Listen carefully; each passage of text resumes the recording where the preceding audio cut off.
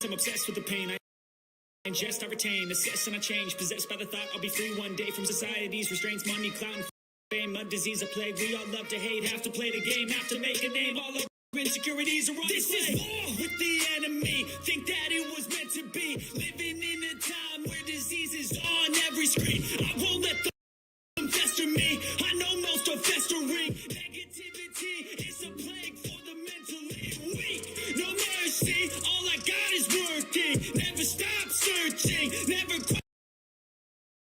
So thirsty. I'm toxic and psychotic with this logic. You can't stop it. It's been chronic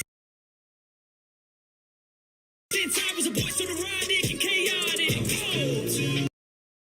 Lost with the webs I'm weaving. I could change the past with the line I'm achieving. Got my foot on gas, never stop competing. And if you break like glass, then this life's gonna eat 'em. Make mistakes real fast, then you learn how to beat 'em. If you take off the cast, you can see all the healing. If the pain's in the past, move on from the grieving. Put your foot on the gas, no, never stop competing. I've been doing this, I'm on it. I just wanna be iconic. Sipping on a gin and tonic, got me going off when I'm on this topic. If I ever play, I want it. You know that I'm always honest.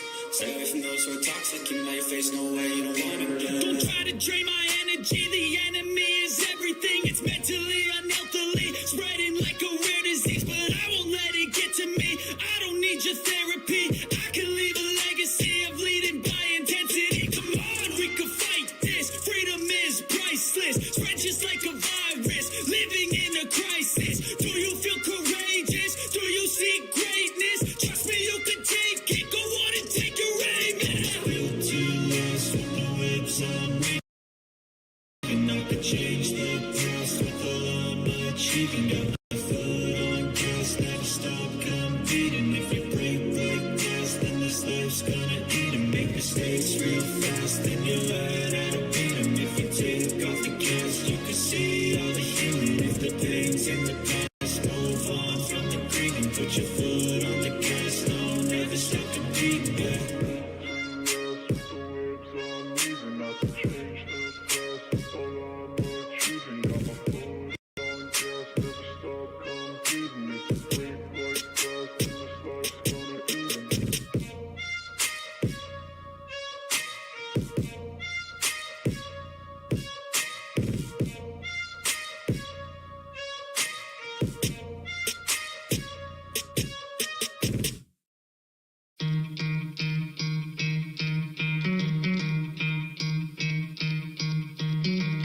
Try to play it, but you're never gonna beat me. Look the other way, what I'm doing ain't easy. Bloody hands stained from the people who deceive me. Bloody hands break through the chains, go free me. Looking for change, looking for pain. Pulling a mob, pushing a train. I never stop, stick to a lane. Pick up the pieces and go rearrange.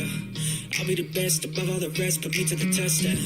Expect nothing less, your check is on chest, what's happening next? He got the venom, a tangible weapon, no coming in second. This life is a lesson, he got a new engine from pain, it's a blessing. New focus, no guessing, just hold an obsession. All in his possession, you got their attention. I'll leave an impression and take your redemption. Just kill no discretion, your mind is a weapon. 11-11 is never progression. You could try to play, but you're never gonna beat me. Look the other way, what I'm doing ain't easy. Bloody hands stained from the people who deceive me. Bloody hands break through the chains, go free me. People like sheep, move feet, hurt it easy. You don't wanna be fast asleep on this healing. Better stand up.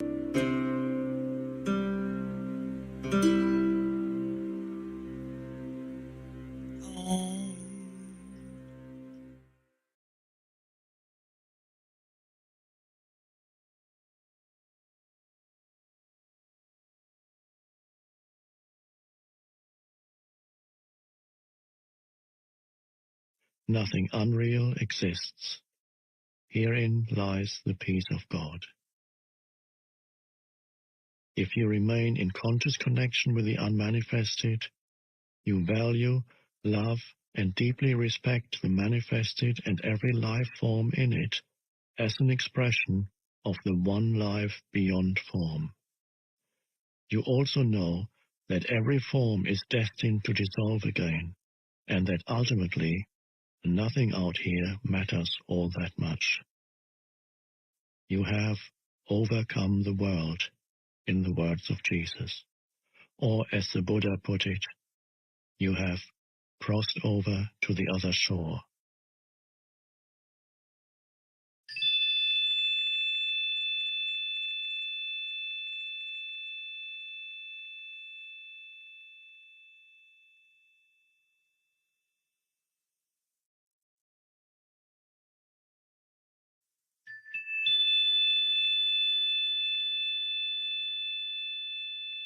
Now consider this.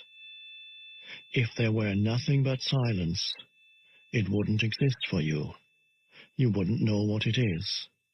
Only when sound appears does silence come into being.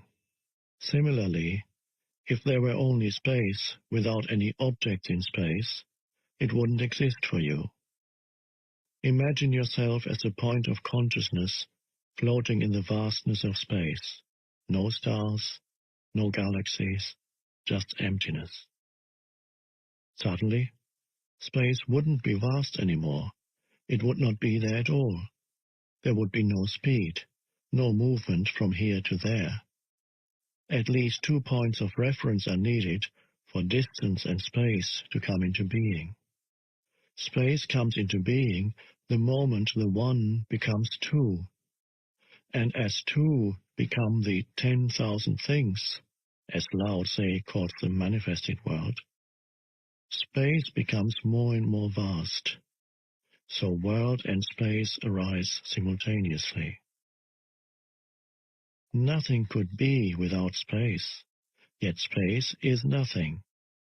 Before the universe came into being, before the Big Bang, if you like, there wasn't a vast empty space waiting to be filled.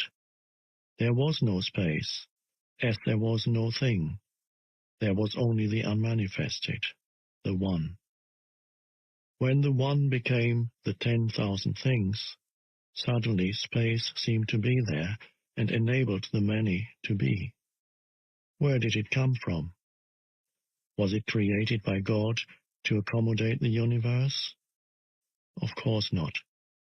Space is no thing, so it was never created. Go out on a clear night and look up at the sky. The thousands of stars you can see with the naked eye are no more than an infinitesimal fraction of what is there. 1,000 million galaxies can already be detected with the most powerful telescopes. Each galaxy an island universe containing thousands of millions of stars. Yet what is even more awe-inspiring is the infinity of space itself, the depth and stillness that allows all of that magnificence to be. Nothing could be more awe-inspiring and majestic than the inconceivable vastness and stillness of space. And yet, what is it? Emptiness. Vast emptiness. What appears to us as space in our universe perceived through the mind and the senses is the unmanifested itself, externalized. It is the body of God. And the greatest miracle is this: that stillness and vastness that enables the universe to be is not just out there in space. It is also within you. When you are utterly and totally present, you encounter it as the still inner space of no mind. Within you, it is vast in depth, not in extension. Spatial extension is ultimately a misperception of infinite depth, an attribute of the one transcendental reality. According to Einstein, space and time are not separate. I don't really understand it, but I think he is saying that time is the fourth dimension of space. He calls it the space-time continuum. Yes, what you perceive externally as space and time are ultimately illusory, but they contain a core of truth. They are the two essential attributes of God, infinity and eternity, perceived as if they had an external existence outside you. Within you, both space and time have an inner equivalent that reveals their true nature, as well as your own. Whereas space is the still, infinitely deep realm of no mind, the inner equivalent of time is presence, awareness of the eternal now. Remember that there is no distinction between them. When space and time are realized within as the unmanifested, no mind and presence, external space and time continue to exist for you, but they become much less important. The world, too, continues to exist for you, but it will not bind you anymore. Hence, the ultimate purpose of the world lies not within the world, but in transcendence of the world. Just as you would not be conscious of space if there were no objects in space, the world is needed for the unmanifested to be realized. You may have heard the Buddhist saying, if there were no illusion, there would be no enlightenment. It is through the world and ultimately through you that the unmanifested knows itself. You are here to enable the divine purpose of the universe to unfold. That is how important you are. Apart from dreamless sleep, which I mentioned already, there is one other involuntary portal. It opens up briefly at the time of physical death. Even if you have missed all the other opportunities for spiritual realization during your lifetime, one last portal will open up for you immediately after the body has died. There are countless accounts by people who had a visual impression of this portal as radiant light, and then returned from what is commonly known as a near-death experience. Many of them also spoke of a sense of blissful serenity and deep peace. In the Tibetan Book of the Dead, it is described as the luminous splendor of the colorless light of emptiness, which it says is your own true self. This portal opens up only very briefly, and unless you have already encountered the dimension of the unmanifested in your lifetime, you will likely miss it. Most people carry too much residual resistance, too much fear, too much attachment to sensory experience, too much identification with the manifested world. So they see the portal, turn away in fear, and then lose consciousness. Most of what happens after that is involuntary and automatic. Eventually, there will be another round of birth and death. Their presence wasn't strong enough yet for conscious immortality. So going through this portal does not mean annihilation? As with all the other portals, your radiant true nature remains, but not the personality. In any case, whatever is real or of true value in your personality is your true nature shining through. This is never lost. Nothing that is of value, nothing that is real, is ever lost. Approaching death, and death itself, the dissolution of the physical form, is always a great opportunity for spiritual realization. This opportunity is tragically missed most of the time, since we live in a culture that is almost totally ignorant of death, as it is almost totally ignorant of anything that truly matters. Every portal is a portal of death, the death of the false self. When you go through it, you cease to derive your identity from your psychological, mind-made form. You then realize that death is an illusion, just as your identification with form was an illusion. The end of illusion, that's all that death is. It is painful only as long as you cling to illusion.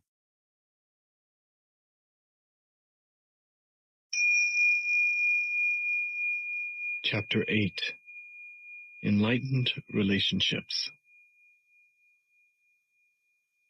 I always thought that true enlightenment is not possible except through love in a relationship between a man and a woman. Isn't that what makes us whole again? How can one's life be fulfilled until that happens? Is that true in your experience? Has this happened to you?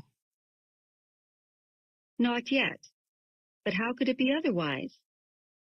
I know that it will happen. In other words, you're waiting for an event in time to save you.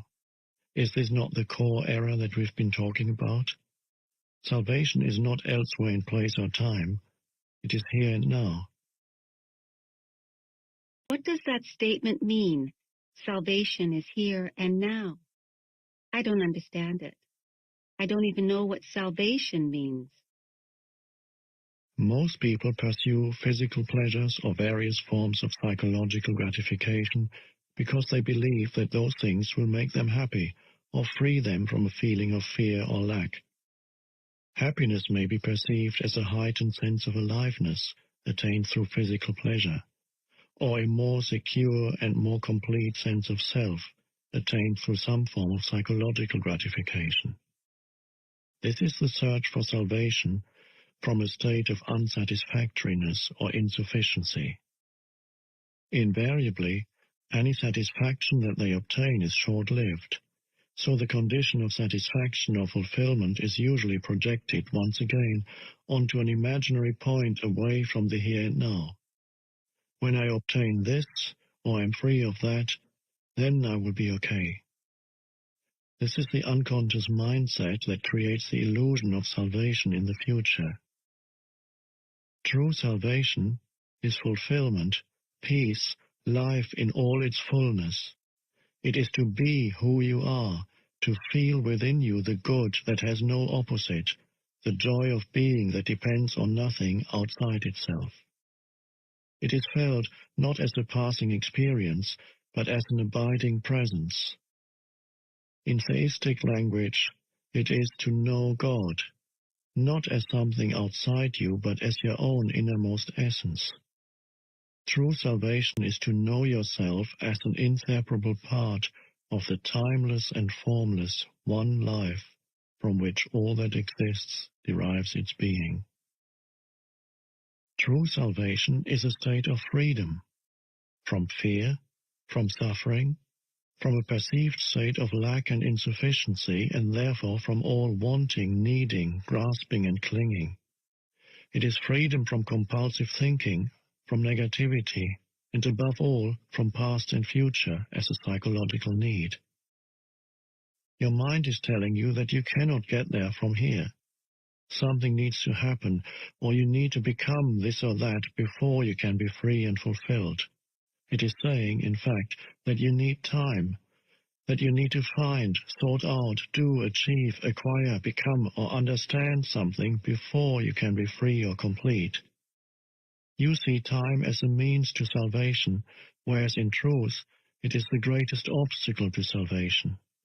You think that you can't get there from where and who you are at this moment because you are not yet complete or good enough.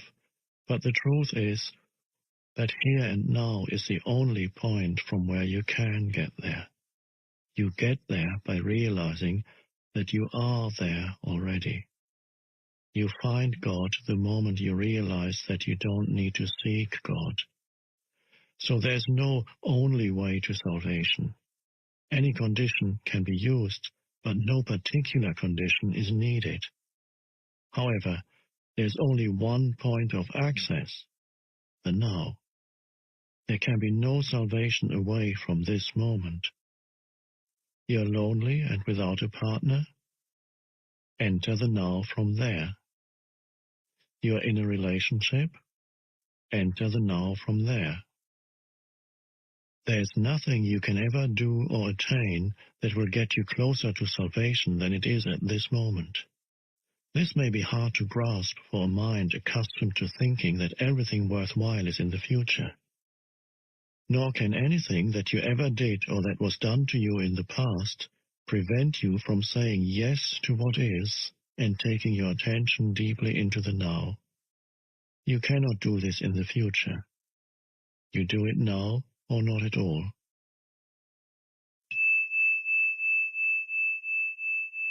Unless and until you access the consciousness frequency of presence, all relationships, and particularly intimate relationships, are deeply flawed and ultimately dysfunctional.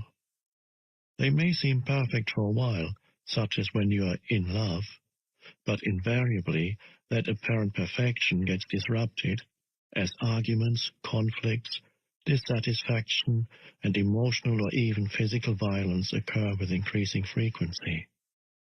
It seems that most love relationships become love-hate relationships before long.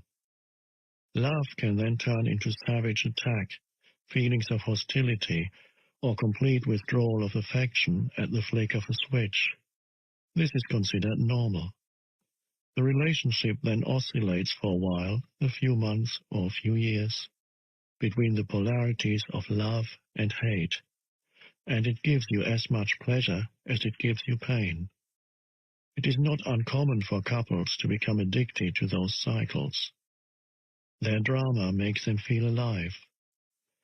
When a balance between the positive-negative polarities is lost and the negative-destructive cycles occur with increasing frequency and intensity, which tends to happen sooner or later, then it will not be long before the relationship finally collapses. It may appear that if you could only eliminate the negative or destructive cycles, then all would be well and the relationship would flower beautifully. But alas, this is not possible. The polarities are mutually interdependent. You cannot have one without the other. The positive already contains within itself the as yet unmanifested negative. Both are in fact different aspects of the same dysfunction. I am speaking here of what is commonly called romantic relationships, not of true love, which has no opposite because it arises from beyond the mind. Love as a continuous state is as yet very rare, as rare as conscious human beings. Brief and elusive glimpses of love, however, are possible whenever there's a gap in the stream of mind. The negative side of a relationship is, of course, more easily recognizable as dysfunctional than the positive one. And it is also easier to recognize the source of negativity in your partner than to see it in yourself. It can manifest in many forms: possessiveness, jealousy, control, withdrawal, and unspoken resentment, the need to be right, insensitivity and self-absorption, emotional demands and manipulation, the urge to argue, criticize, judge, blame, or attack, anger, unconscious revenge for past pain inflicted by a parent, rage, and physical violence. On the positive side, you are in love with your partner. This is at first a deeply satisfying state. You feel intensely alive. Your existence has suddenly become meaningful because someone needs you, wants you, and makes you feel special, and you do the same for him or her. When you are together, you feel whole. The feeling can become so intense that the rest of the world fades into insignificance. However, you may also have noticed that there is a neediness and a clinging quality to that intensity. You become addicted to the other person. He or she acts on you like a drug. You're on a high when the drug is available, but even the possibility or the thought that he or she might no longer be there for you can lead to jealousy, possessiveness, attempts at manipulation through emotional blackmail, blaming and accusing, fear of loss. If the other person does leave you, this can give rise to the most intense hostility or the most profound grief and despair. In an instant, loving tenderness can turn into a savage attack or dreadful grief. Where is the love now? Can love change into its opposite in an instant? Was it love in the first place, or just an addictive grasping and clinging? Why should we become addicted to another person? The reason why the romantic love relationship is such an intense and universally sought-after experience is that it seems to offer liberation from a deep-seated state of fear, need, lack, and incompleteness that is part of the human condition in its unredeemed and unenlightened state. There is a physical as well as a psychological dimension to this state. On the physical level, you are obviously not whole, nor will you ever be. You are either a man or a woman, which is to say, one half of the whole. On this level, the longing for wholeness, the return to oneness, manifests as male-female attraction, man's need for woman, woman's need for man. It is an almost irresistible urge for union with the opposite energy polarity. The root of this physical urge is a spiritual one, the longing for an end to duality, a return to the state of wholeness. Sexual union is the closest you can get to this state on the physical level. This is why it is the most deeply satisfying experience the physical realm can offer. But sexual union is no more than a fleeting glimpse of wholeness, an instant of bliss. As long as it is unconsciously sought as a means of salvation, you are seeking the end of duality on the level of form, where it cannot be found.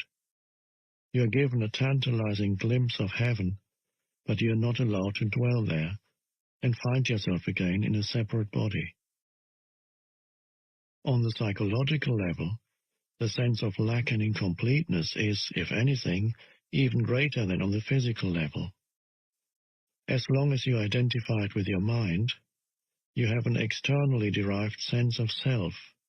That is to say, you get your sense of who you are from things that ultimately have nothing to do with who you are. Your social role, possessions, external appearance, successes and failures, belief systems, and so on. This false mind-made self, the ego, feels vulnerable, insecure, and is always seeking new things to identify with to give it a feeling that it exists. But nothing is ever enough to give it lasting fulfillment. Its fear remains. Its sense of lack and neediness remains. But then that special relationship comes along. It seems to be the answer to all the ego's problems and to meet all its needs. At least this is how it appears at first. All the other things that you derived your sense of self from before now become relatively insignificant. You now have a single focal point that replaces them all, gives meaning to your life, and through which you define your identity, the person you are in love with. You are no longer a disconnected fragment in an uncaring universe, or so it seems. Your world now has a center, the loved one. The fact that the center is outside you and that, therefore, you still have an externally derived sense of self does not seem to matter at first. What matters is that the underlying feelings of incompleteness, of fear, lack, and unfulfillment, so characteristic of the egoic state, are no longer there. Or are they? Have they dissolved? Or do they continue to exist underneath the happy surface reality?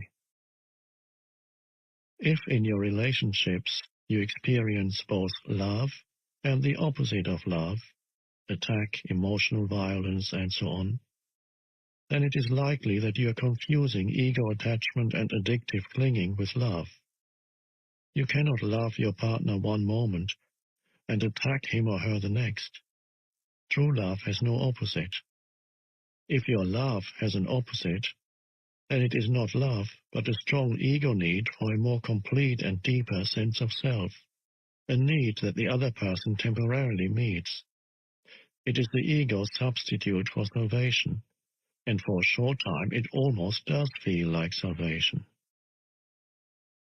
But there comes a point when your partner behaves in ways that fail to meet your needs, or rather those of your ego. The feelings of fear, pain, and lack that are an intrinsic part of egoic consciousness but had been covered up by the love relationship now resurface. Just as with every other addiction, you are on a high when the drug is available, but invariably there comes a time when the drug no longer works for you. When those painful feelings reappear, you feel them even more strongly than before, and what is more, you now perceive your partner as the cause of those feelings. This means that you project them outward and attack the other with all the savage violence that is part of your pain. This attack may awaken the partner's own pain, and he or she may counter your attack. At this point, the ego is still unconsciously hoping that its attack or its attempts at manipulation will be sufficient punishment to induce your partner to change their behavior, so that it can use them again as a cover-up for your pain. Every addiction arises from an unconscious refusal to face and move through your own pain. Every addiction starts with pain and ends with pain. Whatever the substance you are addicted to, alcohol, food, legal or illegal drugs, or a person, you are using something or somebody to cover up your pain. This is why, after the initial euphoria has passed, there's so much unhappiness, so much pain in intimate relationships. They do not cause pain and unhappiness. They bring out the pain and unhappiness that is already in you. Every addiction does that. Every addiction reaches a point where it does not work for you anymore, and then you feel the pain more intensely than ever. This is one reason why most people are always trying to escape from the present moment and are seeking some kind of salvation in the future. The first thing that they might encounter if they focus their attention on the now is their own pain, and this is what they fear. If they only knew how easy it is to access in the now the power of presence that dissolves the past and its pain, the reality that dissolves the illusion. If they only knew how close they are to their own reality, how close to God. Avoidance of relationships in an attempt to avoid pain is not the answer either. The pain is there anyway.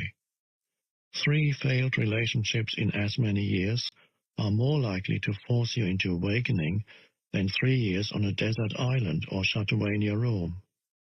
But if you could bring intense presence into your aloneness, that would work for you too. Can we change an addictive relationship into a true one? Yes. Being present and intensifying your presence by taking your attention ever more deeply into the now. Whether you are living alone or with a partner, this remains the key. For love to flourish, the light of your presence needs to be strong enough so that you no longer get taken over by the thinker or the pain body and mistake them for who you are.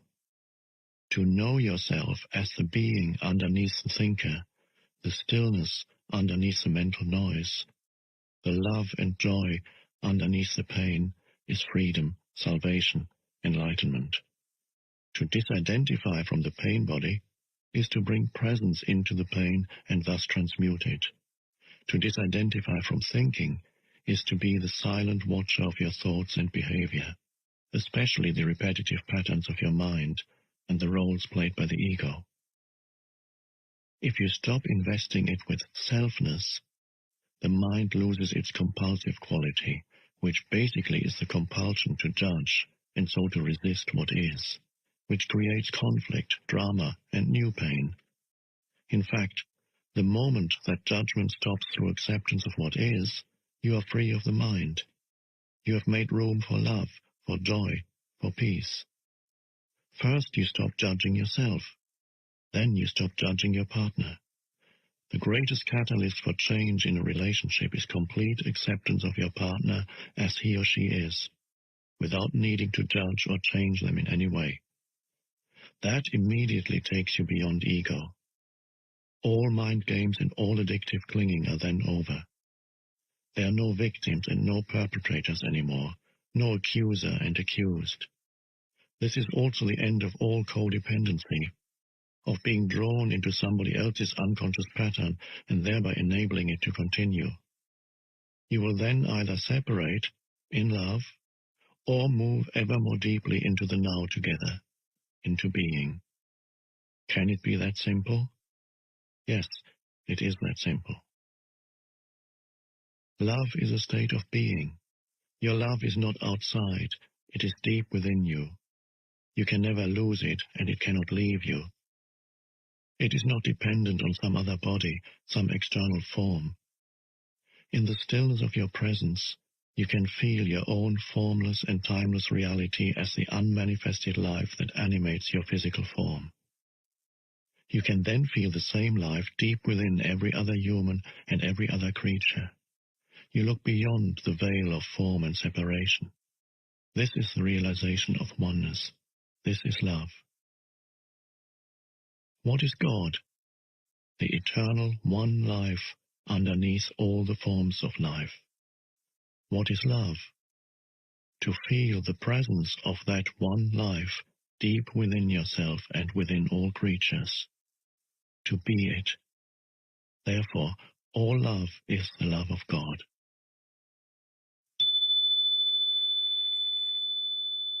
Love is not selective, just as the light of the sun is not selective. It does not make one person special. It is not exclusive. Exclusivity is not the love of God, but the love of ego. However, the intensity with which true love is felt can vary. There may be one person who reflects your love back to you more clearly and more intensely than others, and if that person feels the same towards you, it can be said that you are in a love relationship with him or her. The bond that connects you with that person is the same bond that connects you with a person sitting next to you on a bus, or with a bird, a tree, a flower. Only the degree of intensity with which it is felt differs. Even in an otherwise addictive relationship, there may be moments when something more real shines through, something beyond your mutual addictive needs. These are moments when both your and your partner's mind briefly subside, and the pain body is temporarily in a dormant state. This may sometimes happen during physical intimacy, or when you are both witnessing the miracle of childbirth, or in the presence of death, or when one of you is seriously ill. Anything that renders the mind powerless. When this happens, your being, which is usually buried underneath the mind, becomes revealed, and it is this that makes true communication possible. True communication is communion, the realization of oneness, which is love. Usually this is quickly lost again, unless you are able to stay present enough to keep out the mind and its old patterns. As soon as the mind and mind identification return, you are no longer yourself, but a mental image of yourself, and you start playing games and roles again to get your ego needs met. You are a human mind again, pretending to be a human being, interacting with another mind, playing a drama called love. Although brief glimpses are possible, love cannot flourish unless you are permanently free of mind identification, and your presence is intense enough to have dissolved the pain body. Or you can at least remain present as the watcher. The pain body cannot then take you over and so become destructive of love. As the egoic mode of consciousness and all the social, political, and economic structures that it created enter the final stage of collapse, the relationships between men and women reflect the deep state of crisis in which humanity now finds itself.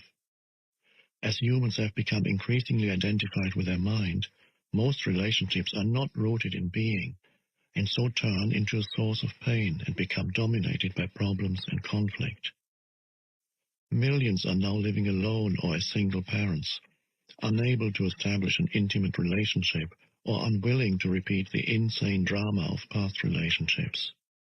Others go from one relationship to another, from one pleasure and pain cycle to another, in search of the elusive goal of fulfillment through union with the opposite energy polarity. Still others compromise and continue to be together in a dysfunctional relationship in which negativity prevails, for the sake of the children or security, through force of habit, fear of being alone, or some other mutually beneficial arrangement, or even through the unconscious addiction to the excitement of emotional drama and pain. However, every crisis represents not only danger but also opportunity. If relationships energize and magnify egoic mind patterns and activate the pain body, as they do at this time, why not accept this fact rather than try to escape from it? Why not cooperate with it instead of avoiding relationships or continuing to pursue the phantom of an ideal partner as an answer to your problems or means of feeling fulfilled? The opportunity that is concealed within every crisis does not manifest until all the facts of any given situation are acknowledged and fully accepted. As long as you deny them, as long as you try to escape from them or wish that things were different, the window of opportunity does not open up, and you remain trapped inside that situation, which will remain the same or deteriorate further. With the acknowledgement and acceptance of the facts also comes a degree of freedom from them. For example, when you know there's disharmony and you hold that knowing, through your knowing a new factor has come in, and the disharmony cannot remain unchanged. When you know you are not at peace, your knowing creates a still space that surrounds your non-peace in a loving and tender embrace and then transmutes your non-peace into peace. As far as inner transformation is concerned, there's nothing you can do about it. You cannot transform yourself, and you certainly cannot transform your partner or anybody else. All you can do is create a space for transformation to happen, for grace and love to enter.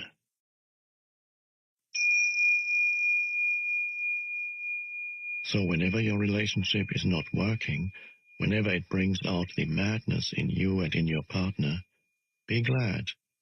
What was unconscious is being brought up to the light. It is an opportunity for salvation. Every moment, hold the knowing of that moment, particularly of your inner state.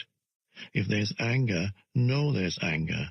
If there's jealousy, defensiveness, the urge to argue, the need to be right, an inner child demanding love and attention, or emotional pain of any kind, whatever it is, know the reality of that moment and hold the knowing.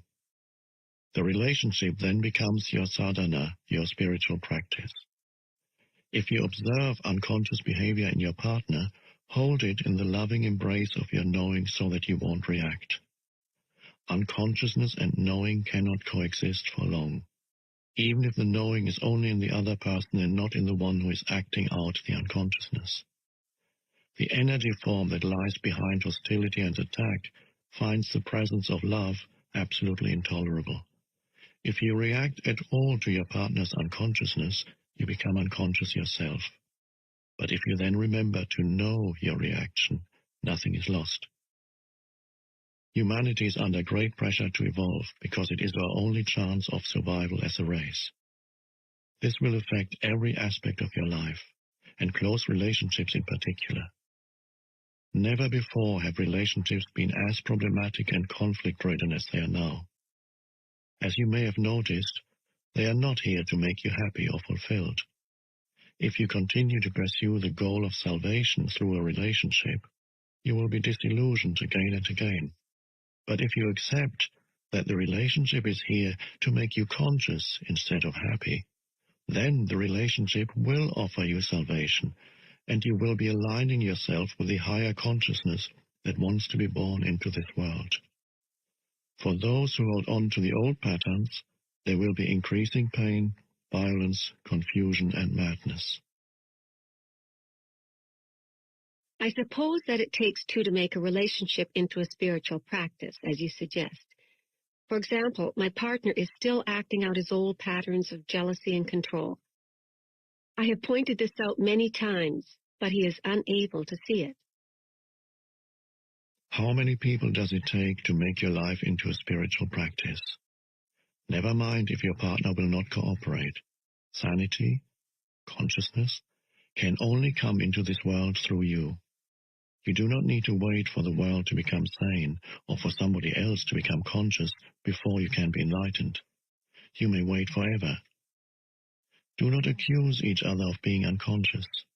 The moment you start to argue, You have identified with a mental position and are now defending not only that position, but also your sense of self.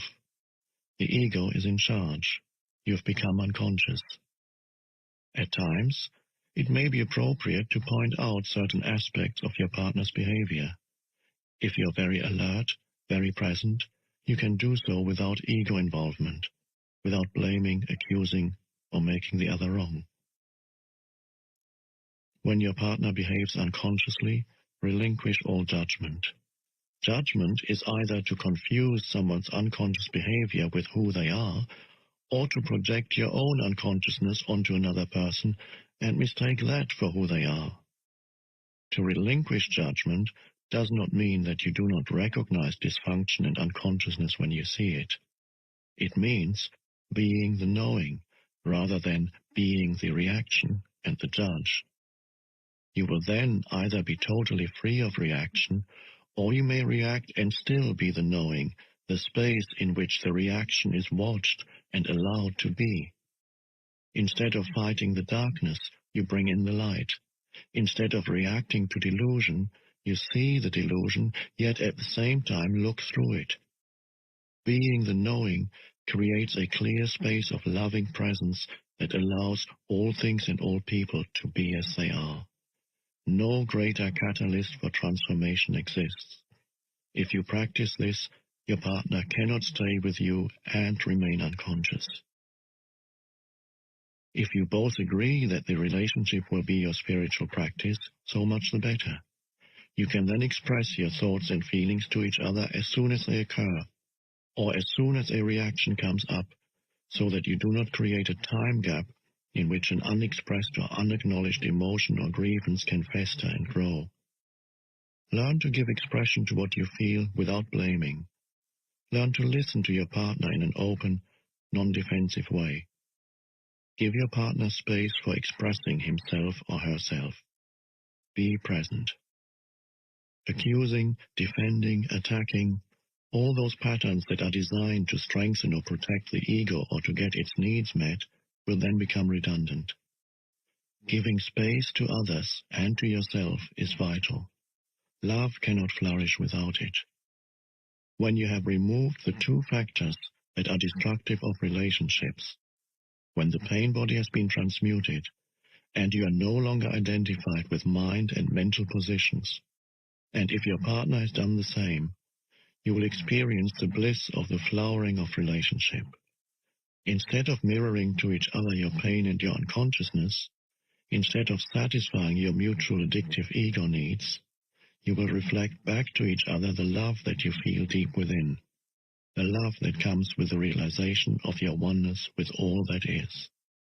This is the love that has no opposite. If your partner is still identified with the mind and the pain body while you are already free, this will represent a major challenge, not to you, but to your partner. It is not easy to live with an enlightened person, or rather it is so easy that the ego finds it extremely threatening. Remember that the ego needs problems, conflict, and enemies to strengthen the sense of separateness on which its identity depends.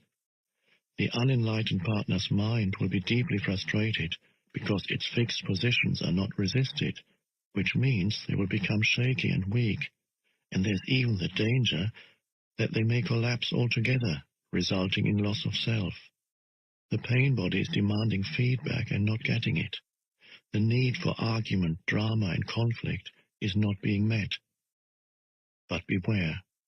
Some people who are unresponsive, withdrawn, insensitive, or cut off from their feelings may think and try to convince others that they are enlightened, or at least that there's nothing wrong with them and everything wrong with their partner. Men tend to do that more than women. They may see their female partners as irrational or emotional. But if you can feel your emotions, you're not far from the radiant inner body just underneath. If you're mainly in your head, the distance is much greater, and you need to bring consciousness into the emotional body before you can reach the inner body. If there isn't an emanation of love and joy, complete presence and openness towards all beings, then it is not enlightenment. Another indicator is how a person behaves in difficult or challenging situations, or when things go wrong. If your enlightenment is egoic self-delusion, then life will soon give you a challenge that will bring out your unconsciousness in whatever form, as fear, anger, defensiveness, judgment, depression, and so on. If you are in a relationship, many of your challenges will come through your partner. For example, a woman may be challenged by an unresponsive male partner who lives almost entirely in his head. She will be challenged by his inability to hear her, to give her attention and space to be, which is due to his lack of presence. The absence of love in the relationship, which is usually more keenly felt by a woman than a man, will trigger the woman's pain body, and through it she will attack her partner, blame, criticize, make wrong, and so on. This in turn now becomes his challenge. To defend himself against her pain body's attack, which he sees as totally unwarranted, he will become even more deeply entrenched in his mental positions as he justifies, defends himself, or counterattacks. Eventually, this may activate his own pain body. When both partners have thus been taken over, a level of deep unconsciousness has been reached, of emotional violence, savage attack and counterattack. It will not subside until both pain bodies have replenished themselves and then enter the dormant stage. Until the next time. This is only one of an endless number of possible scenarios. Many volumes have been written, and many more could be written, about the ways in which unconsciousness is brought out in male-female relationships. But as I said earlier, once you understand the root of the dysfunction, you do not need to explore its countless manifestations.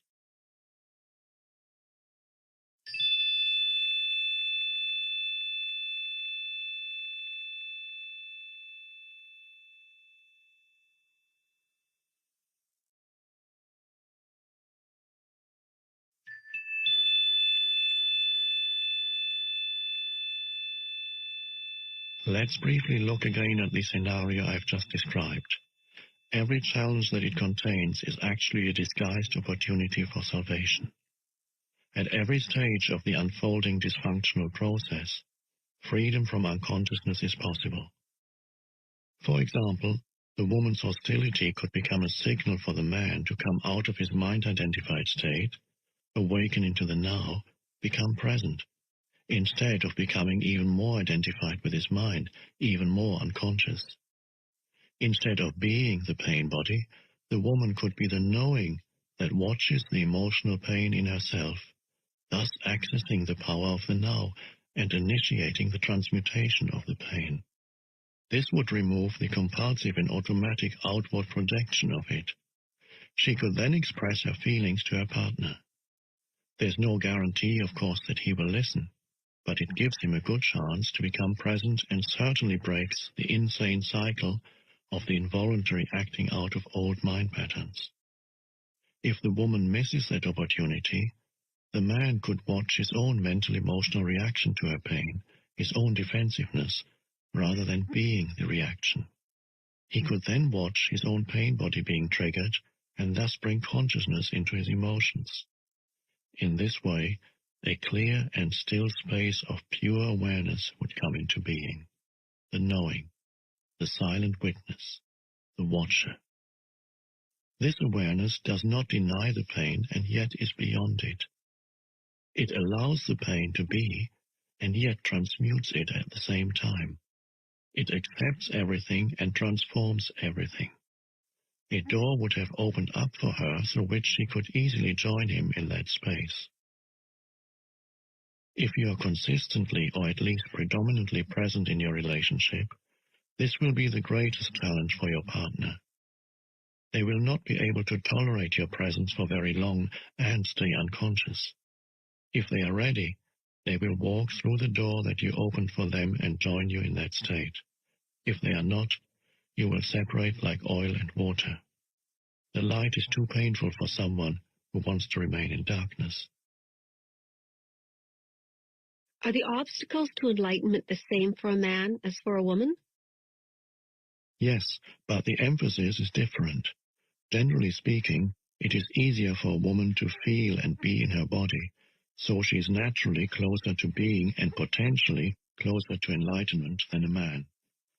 This is why many ancient cultures instinctively chose female figures or analogies to represent or describe the formless and transcendental reality. It was often seen as a womb that gives birth to everything in creation and sustains and nourishes it during its life as form. In the Tao Te Ching, one of the most ancient and profound books ever written, the Tao, which could be translated as being, is described as infinite, eternally present, the mother of the universe. Naturally, women are closer to it than men since they virtually embody the unmanifested. What is more, all creatures and all things must eventually return to the source. All things vanish into the Tao, it alone endures. Since the source is seen as female, this is represented as the light and dark sides of the archetypal feminine in psychology and mythology. The goddess or divine mother has two aspects. She gives life and she takes life.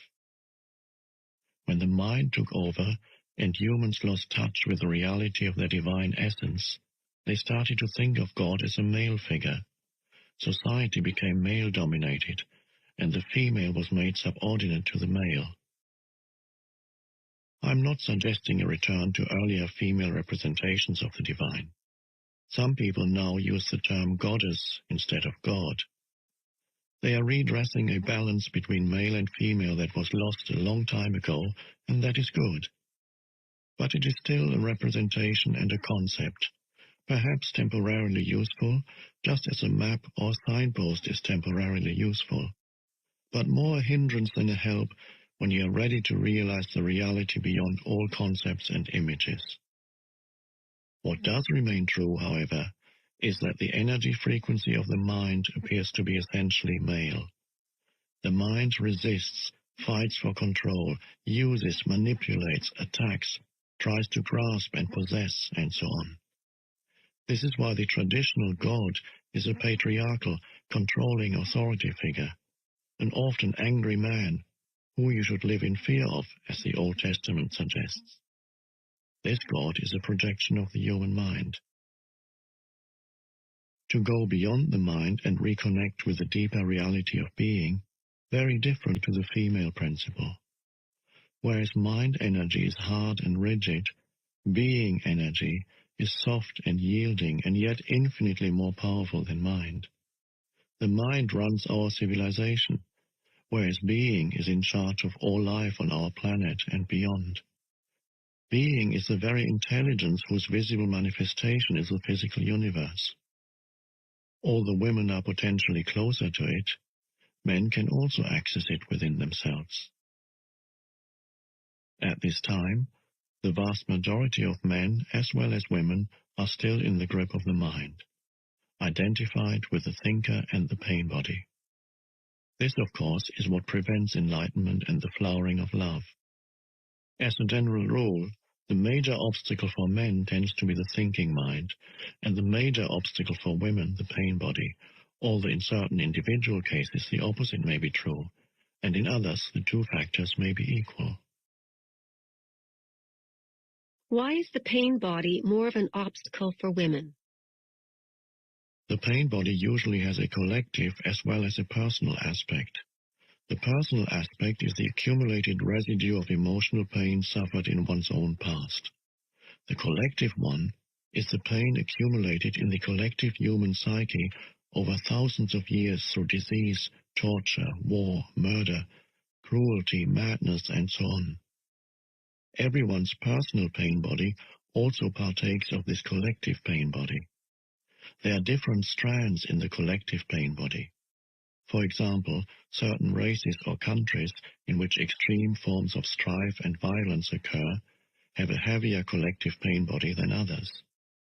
Anyone with a strong pain body and not enough consciousness to disidentify from it will not only continuously or periodically be forced to relive their emotional pain, but may also easily become either the perpetrator or the victim of violence, depending on whether their pain body is predominantly active or passive. On the other hand, they may also be potentially closer to enlightenment. This potential isn't necessarily realized, of course, but if you're trapped in a nightmare, you will probably be more strongly motivated to awaken than someone who is just caught up in the ups and downs of an ordinary dream. Apart from her personal pain body, every woman has her share in what could be described as the collective female pain body, unless she is fully conscious. This consists of accumulated pain suffered by women, partly through male subjugation of the female, through slavery, exploitation, rape, childbirth, child loss, and so on, over thousands of years.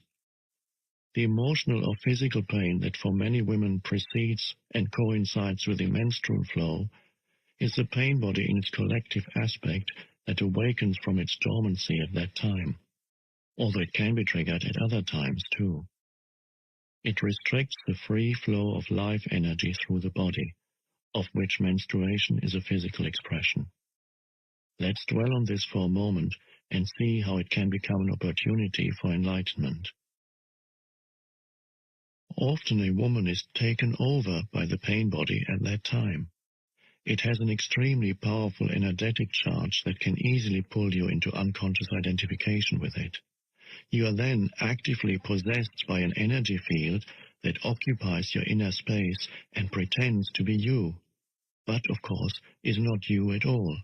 It speaks through you, acts through you, thinks through you.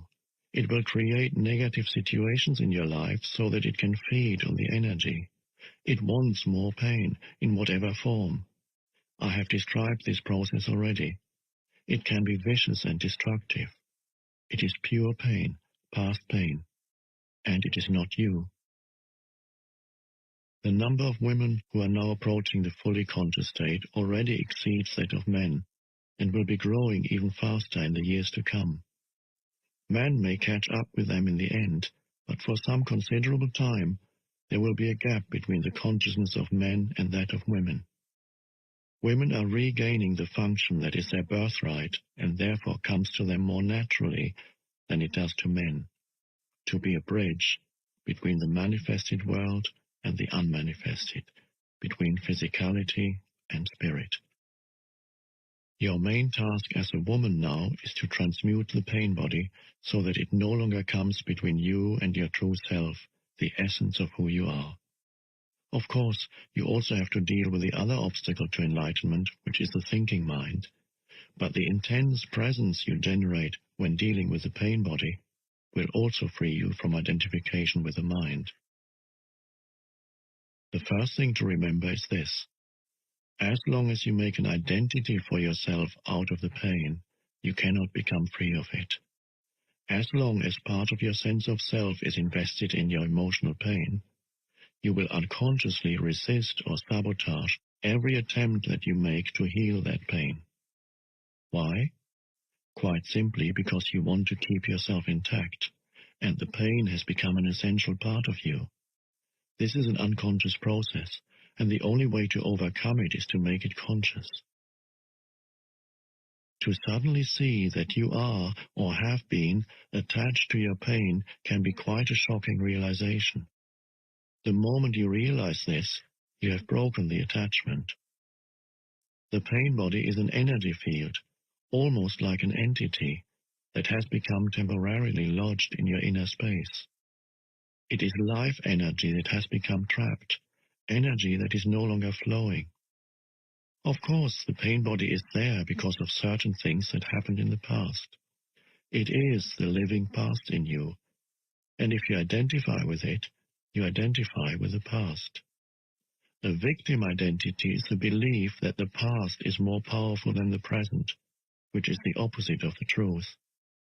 It is the belief that other people and what they did to you are responsible for who you are now, for your emotional pain, or your inability to be your true self. The truth is that the only power there is contained within this moment. It is the power of your presence. Once you know that, you also realize that you are responsible for your inner space now. Nobody else is, and that the past cannot prevail against the power of the now.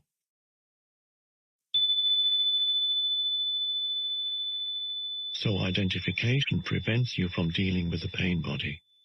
Some women who are already conscious enough to have relinquished their victim identity on the personal level are still holding on to a collective victim identity. What men did to women. They are right, and they are also wrong. They are right inasmuch as the collective female pain body is, in large part, due to male violence inflicted on women and repression of the female principle throughout the planet over millennia. They are wrong if they derive a sense of self from this fact and thereby keep themselves imprisoned in a collective victim identity. If a woman is still holding on to anger, resentment, or condemnation, she is holding on to her pain body. This may give her a comforting sense of identity, of solidarity with other women, but it is keeping her in bondage to the past and blocking full access to her essence and true power. If women exclude themselves from men, that fosters a sense of separation and therefore a strengthening of the ego. And the stronger the ego, the more distant you are from your true nature. So do not use the pain body to give you an identity. Use it for enlightenment instead. Transmute it into consciousness. One of the best times for this is during menses. I believe that, in the years to come, many women will enter the fully conscious state during that time. Usually, it is a time of unconsciousness for many women, as they are taken over by the collective female pain body. Once you have reached a certain level of consciousness, however, you can reverse this, so instead of becoming unconscious, you become more conscious. I have described the basic process already, but let me take you through it again, this time with special reference to the collective female pain body. When you know that the menstrual flow is approaching, before you feel the first signs of what is commonly called premenstrual tension, the awakening of the collective female pain body, become very alert and inhabit your body as fully as possible. When the first sign appears, you need to be alert enough to catch it before it takes you over. For example, the first sign may be a sudden strong irritation or a flash of anger, or it may be a purely physical symptom. Whatever it is, catch it before it can take over your thinking or behavior. This simply means putting the spotlight of your attention on it. If it is an emotion, feel the strong energy charge behind it. Know that it is the pain body. At the same time, be the knowing. That is to say, be aware of your conscious presence and feel its power. Any emotion that you take your presence into will quickly subside and become transmuted. If it is a purely physical symptom, the attention that you give it will prevent it from turning into an emotion or a thought. Then continue to be alert and wait for the next sign of the pain body. When it appears, catch it again in the same way as before. Later, when the pain body has fully awakened from its dormant state, you may experience considerable turbulence in your inner space for a while, perhaps for several days. Whatever form this takes, stay present. Give it your complete attention. Watch the turbulence inside you. Know it is there. Hold the knowing and be the knowing. Remember, do not let the pain body use your mind and take over your thinking. Watch it. Feel its energy directly inside your body. As you know, full attention means full acceptance. Through sustained attention and thus acceptance, there comes transmutation. The pain body becomes transformed into radiant consciousness, just as a piece of wood, when placed in or near a fire, itself is transformed into fire. Menstruation will then become not only a joyful and fulfilling expression of your womanhood, but also a sacred time of transmutation when you give birth to a new consciousness. Your true nature then shines forth, both in its female aspect as the goddess and in its transcendental aspect as the divine being that you are beyond male and female duality. If your male partner is conscious enough, he can help you with the practice I've just described by holding the frequency of intense presence, particularly at this time. If he stays present whenever you fall back into unconscious identification with the pain body, which can and will happen at first, you will be able to quickly rejoin him in that state. This means that whenever the pain body temporarily takes over, whether during menses or at other times, your partner will not mistake it for who you are.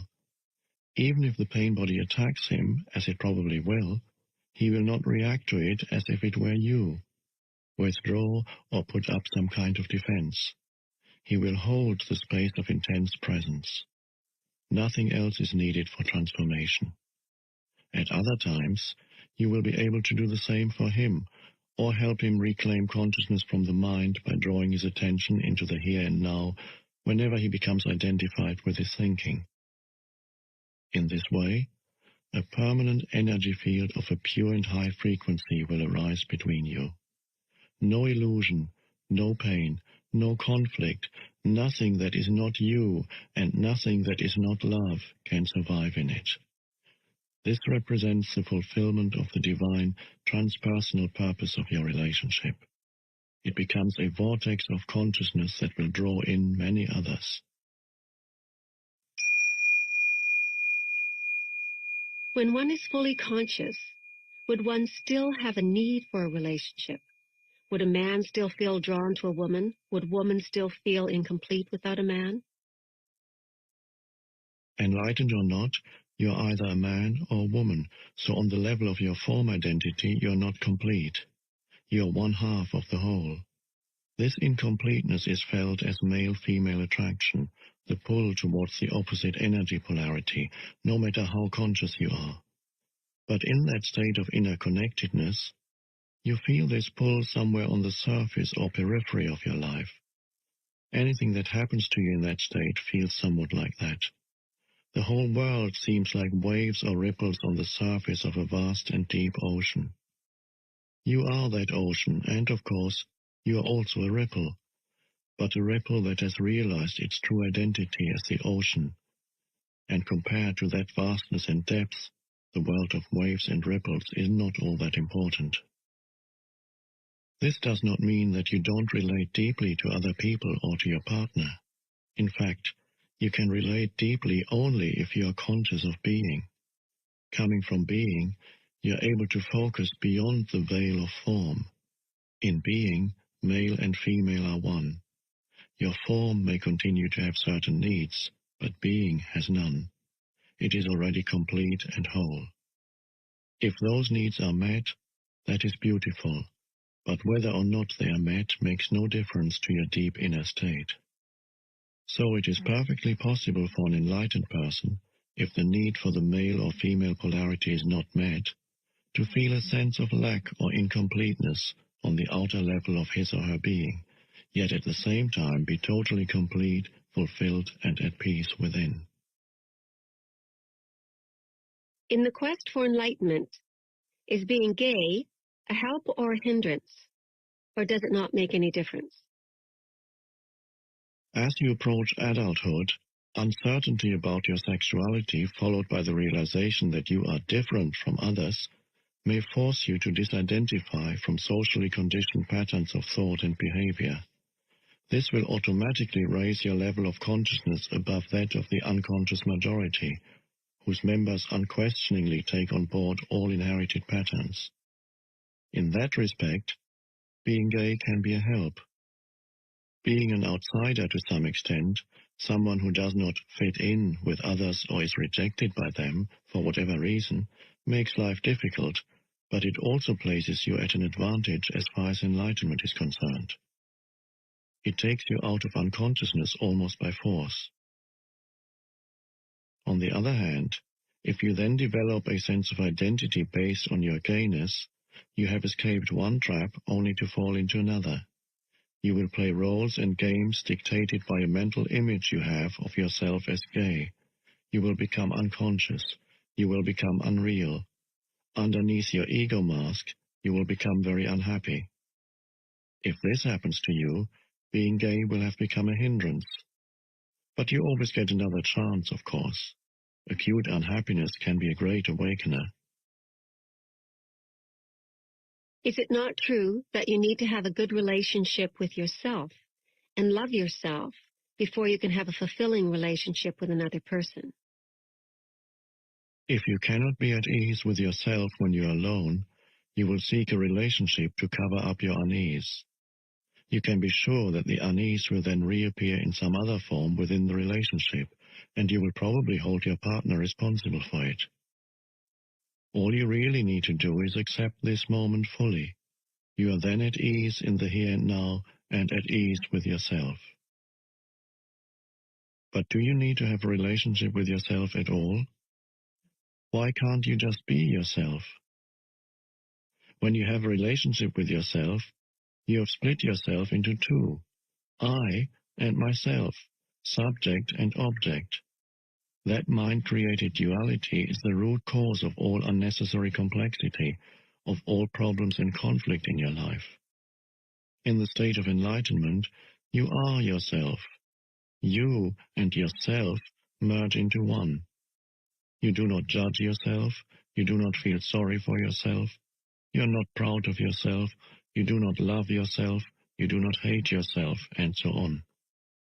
The split caused by self-reflective consciousness is healed, its curse removed. There is no self that you need to protect, defend, or feed anymore. When you're enlightened, there's one relationship that you no longer have, the relationship with yourself. Once you've given that up, all your other relationships will be love relationships.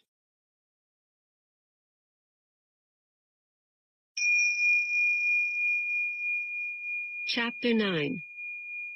Beyond happiness and unhappiness, there is peace. Is there a difference between happiness and inner peace? Yes. Happiness depends on conditions being perceived as positive. Inner peace does not. Isn't it possible to attract only positive conditions into our life? If our attitude and our thinking are always positive, we would manifest only positive events and situations, wouldn't we? Do you truly know what is positive and what is negative? Do you have the total picture? There have been many people for whom limitation, failure, loss, illness, or pain in whatever form turned out to be their greatest teacher. It taught them to let go of false self-images and superficial, ego-dictated goals and desires. It gave them depth, humility, and compassion. It made them more real. Whenever anything negative happens to you, there's a deep lesson concealed within it, although you may not see it at the time. Even a brief illness or an accident can show you what is real and unreal in your life, what ultimately matters and what doesn't. Seen from a higher perspective, conditions are always positive. To be more precise, they are neither positive nor negative. They are as they are. And when you live in complete acceptance of what is, which is the only sane way to live, there's no good or bad in your life anymore. There's only a higher good, which includes the bad. Seen from the perspective of the mind, however, there's good, bad, like, dislike, love, hate. Hence, in the book of Genesis, it is said that Adam and Eve were no longer allowed to dwell in paradise when they ate of the tree of the knowledge of good and evil. This sounds to me like denial and self-deception. When something dreadful happens to me or someone close to me, accident, illness, pain of some kind, or death, I can pretend that it isn't bad, but the fact remains that it is bad, so why deny it? You're not pretending anything. You're allowing it to be as it is. That's all. This allowing to be takes you beyond the mind with its resistance patterns that create the positive-negative polarities. It is an essential aspect of forgiveness. Forgiveness of the present is even more important than forgiveness of the past. If you forgive every moment, allow it to be as it is, then there will be no accumulation of resentment that needs to be forgiven at some later time. Remember that we are not talking about happiness here. For example, when a loved one has just died, or you feel your own death approaching, you cannot be happy. It is impossible. But you can be at peace. There may be sadness and tears, but provided that you have relinquished resistance, underneath the sadness you will feel a deep serenity, a stillness, a sacred presence. This is the emanation of being. This is inner peace, the good that has no opposite. What if it's a situation that I can do something about? How can I allow it to be and change it at the same time? Do what you have to do. In the meantime, accept what is. Since mind and resistance are synonymous, acceptance immediately frees you from mind dominance and thus reconnects you with being. As a result, the usual ego motivations for doing, fear, greed, control, defending or feeding the false sense of self, will cease to operate. An intelligence much greater than the mind is now in charge, and so a different quality of consciousness will flow into your doing. Accept whatever comes to you woven in the pattern of your destiny, for what could more aptly fit your needs? This was written 2,000 years ago by Marcus Aurelius, one of those exceedingly rare humans who possessed worldly power as well as wisdom. It seems that most people need to experience a great deal of suffering before they will relinquish resistance and accept, before they will forgive. As soon as they do, one of the greatest miracles happens, the awakening of being consciousness through what appears as evil, the transmutation of suffering into inner peace. The ultimate effect of all the evil and suffering in the world is that it will force humans into realizing who they are beyond name and form. Thus, what we perceive as evil from our limited perspective is actually part of the higher good that has no opposite. This, however, does not become true for you except through forgiveness. Until that happens, evil has not been redeemed and therefore remains evil. Through forgiveness, which essentially means recognizing the insubstantiality of the past and allowing the present moment to be as it is, the miracle of transformation happens not only within but also without. A silent space of intense presence arises both in you and around you. Whoever or whatever enters that field of consciousness will be affected by it, sometimes visibly and immediately, sometimes at deeper levels with visible changes appearing at a later time. You dissolve discord, heal pain, dispel unconsciousness without doing anything, simply by being and holding that frequency of intense presence.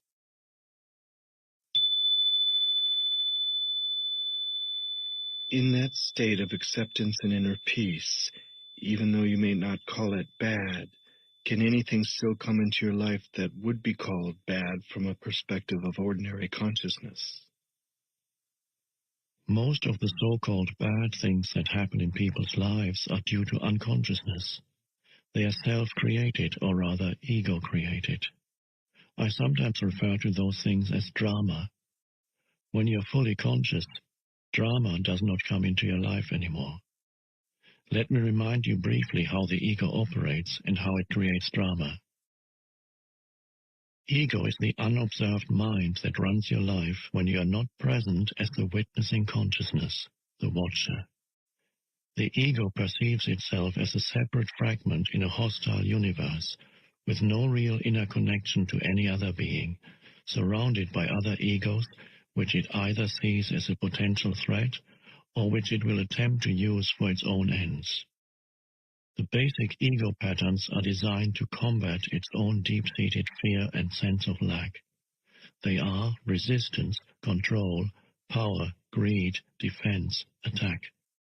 Some of the ego's strategies are extremely clever, yet they never truly solve any of its problems simply because the ego itself is the problem. When egos come together, whether in personal relationships or in organizations or institutions, bad things happen sooner or later, drama of one kind or another, in the form of conflict, problems, power struggles, emotional or physical violence, and so on. This includes collective evils such as war, genocide, and exploitation, all due to masked unconsciousness. Furthermore, many types of illness are caused by the ego's continuous resistance, which creates restrictions and blockages in the flow of energy through the body. When you reconnect with being and are no longer run by your mind, you cease to create those things. You do not create or participate in drama anymore. Whenever two or more egos come together, drama of one kind or another ensues. But even if you live totally alone, you still create your own drama. When you feel sorry for yourself, that's drama. When you feel guilty or anxious, that's drama. When you let the past or future obscure the present, you are creating time, psychological time, the stuff out of which drama is made. Whenever you are not honoring the present moment by allowing it to be, you are creating drama. Most people are in love with their particular life drama. Their story is their identity. The ego runs their life. They have their whole sense of self invested in it. Even their usually unsuccessful search for an answer, a solution, or for healing becomes part of it. What they fear and resist most is the end of their drama. As long as they are their mind, what they fear and resist most is their own awakening. When you live in complete acceptance of what is, that is the end of all drama in your life. Nobody can even have an argument with you, no matter how hard he or she tries. You cannot have an argument with a fully conscious person. An argument implies identification with your mind and a mental position, as well as resistance and reaction to the other person's position. The result is that the polar opposites become mutually energized. These are the mechanics of unconsciousness.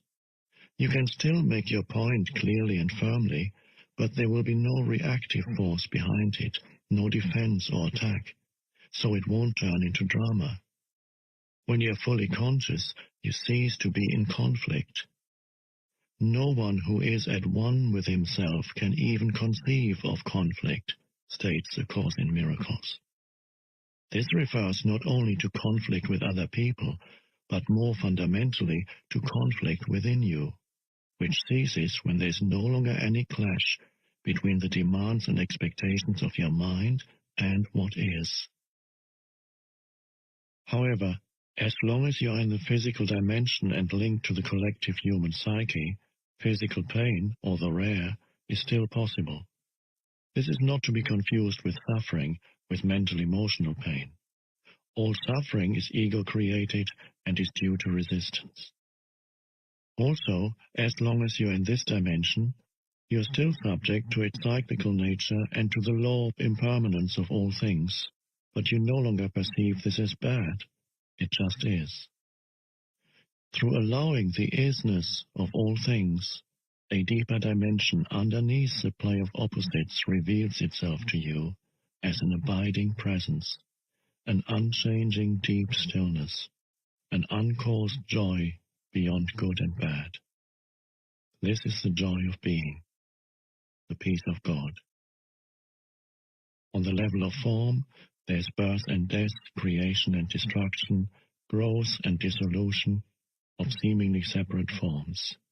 This is reflected everywhere, in the life cycle of a star or planet, a physical body, a tree, a flower, in the rise and fall of nations, political systems, civilizations. and in the inevitable cycles of gain and loss in the life of an individual. There are cycles of success when things come to you and thrive, and cycles of failure when they wither or disintegrate, and you have to let them go in order to make room for new things to arise or for transformation to happen. If you cling and resist at that point, it means you are refusing to go with the flow of life, and you will suffer. It is not true that the up cycle is good and the down cycle bad, except in the mind's judgment. Growth is usually considered positive, but nothing can grow forever. If growth, of whatever kind, were to go on and on, it would eventually become monstrous and destructive. Dissolution is needed for new growth to happen. One cannot exist without the other. The down cycle is absolutely essential for spiritual realization.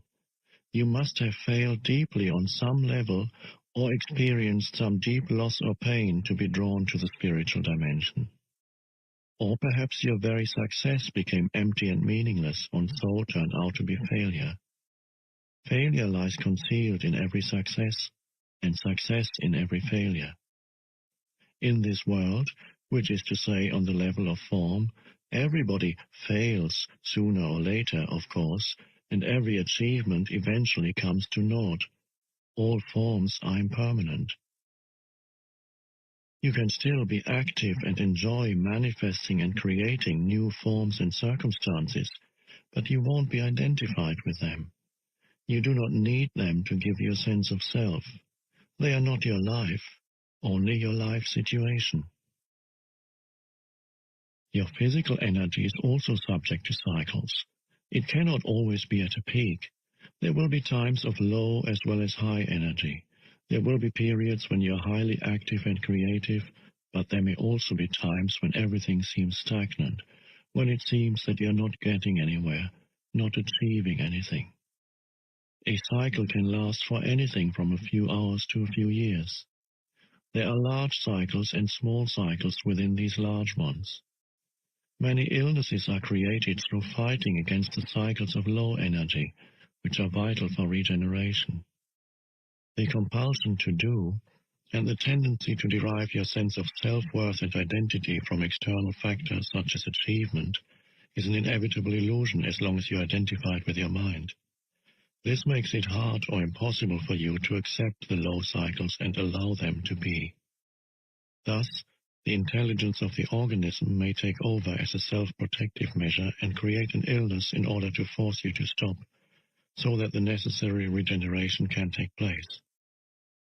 The cyclical nature of the universe is closely linked with the impermanence of all things and situations. The Buddha made this a central part of his teaching. All conditions are highly unstable and in constant flux, or, as he put it, impermanence is a characteristic of every condition, every situation you will ever encounter in your life. It will change, disappear, or no longer satisfy you.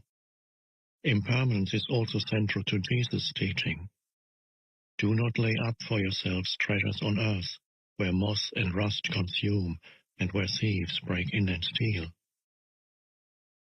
As long as a condition is judged as good by your mind, whether it be a relationship, a possession, a social role, a place, or your physical body, the mind attaches itself to it and identifies with it. It makes you happy, makes you feel good about yourself, and it may become part of who you are or think you are. But nothing lasts in this dimension where moth and rust consume. Either it ends or it changes, or it may undergo a polarity shift. The same condition that was good yesterday or last year has suddenly or gradually turned into bad. The same condition that made you happy then makes you unhappy. The prosperity of today becomes the empty consumerism of tomorrow. The happy wedding and honeymoon become the unhappy divorce or the unhappy coexistence. Or a condition disappears, so its absence makes you unhappy. When a condition or situation that the mind has attached itself to and identified with changes or disappears, the mind cannot accept it. It will cling to the disappearing condition and resist the change. It is almost as if a limb were being torn off your body. We sometimes hear of people who have lost all their money or whose reputation has been ruined committing suicide. Those are the extreme cases. Others, whenever a major loss of one kind or another occurs, just become deeply unhappy or make themselves ill. They cannot distinguish between their life and their life situation. I recently read about a famous actress who died in her 80s. As her beauty started to fade and became ravaged by old age, she grew desperately unhappy and became a recluse. She, too, had identified with a condition, her external appearance. First, the condition gave her a happy sense of self, then an unhappy one. If she had been able to connect with the formless and timeless life within, she could have watched and allowed the fading of her external form from a place of serenity and peace. Moreover, her external form would have become increasingly transparent to the light shining through from her ageless true nature. So her beauty would not really have faded, but simply become transformed into spiritual beauty. However, nobody told her that this is possible. The most essential kind of knowledge is not yet widely accessible.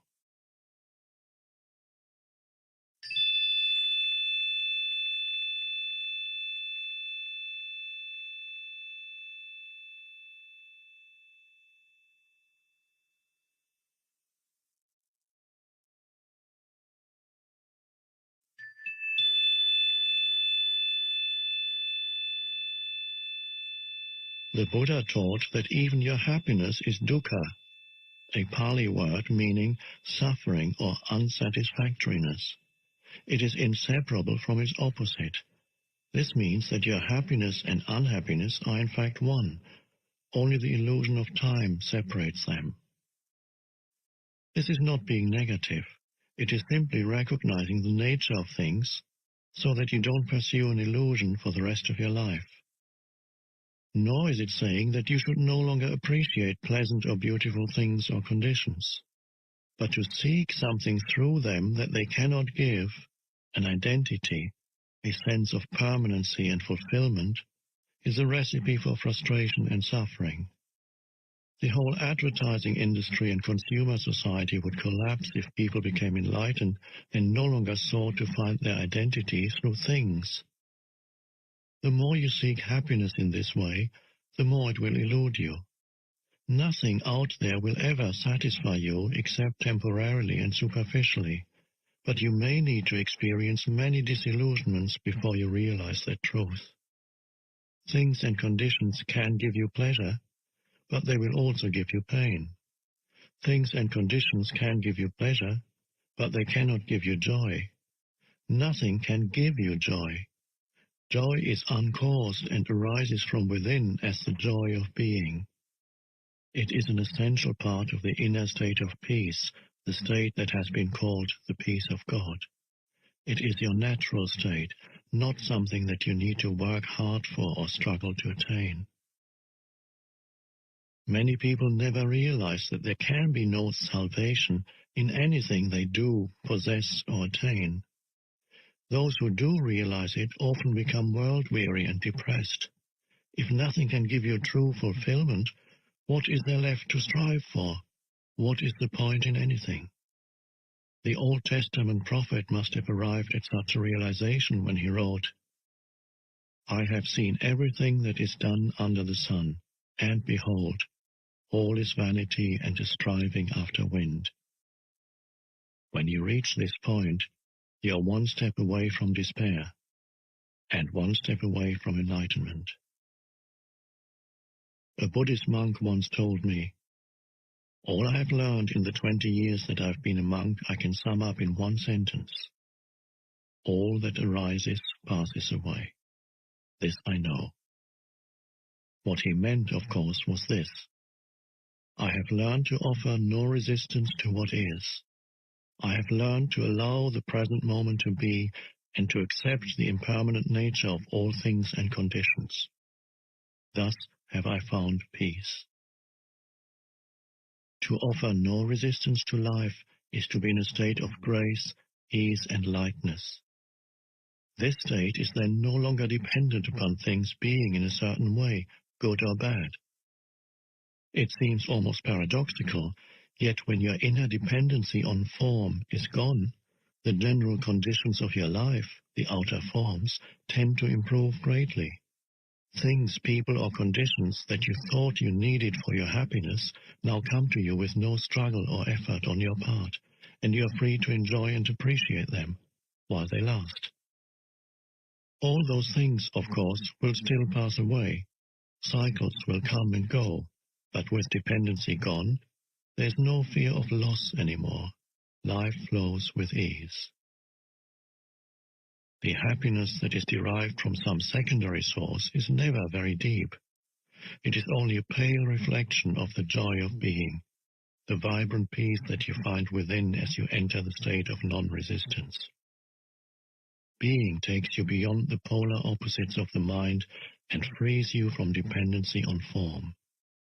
Even if everything were to collapse and crumble all around you, you would still feel a deep inner core of peace. You may not be happy, but you will be at peace.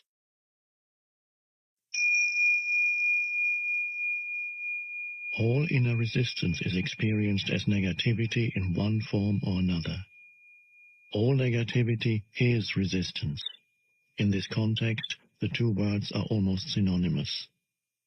Negativity ranges from irritation or impatience to fierce anger, from a depressed mood or sullen resentment to suicidal despair.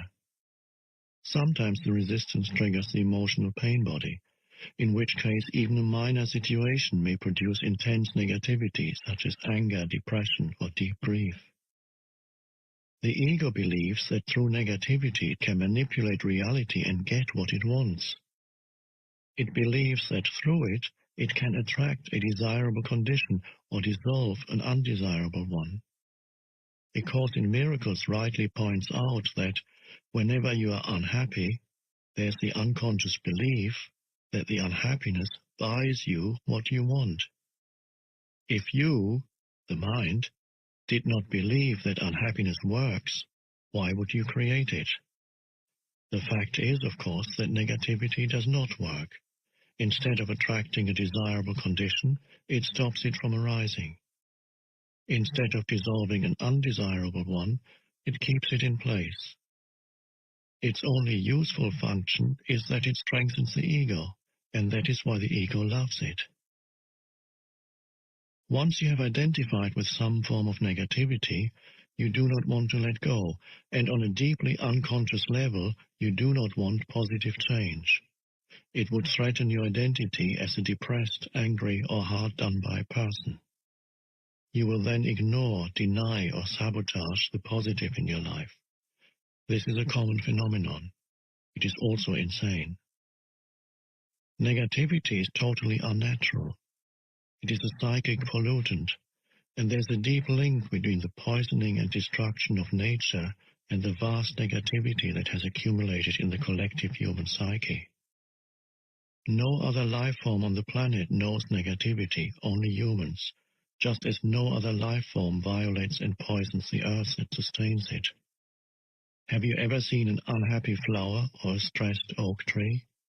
Have you come across a depressed dolphin, a frog that has a problem with self-esteem, a cat that cannot relax, or a bird that carries hatred and resentment?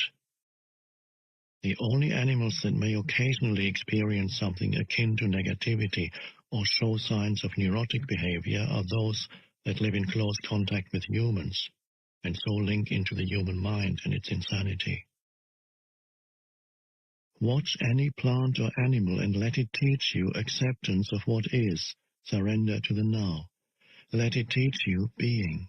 Let it teach you integrity, which means to be one, to be yourself, to be real. Let it teach you how to live and how to die, and how not to make living and dying into a problem. I have lived with several Zen masters, all of them cats. Even ducks have taught me important spiritual lessons. Just watching them is a meditation.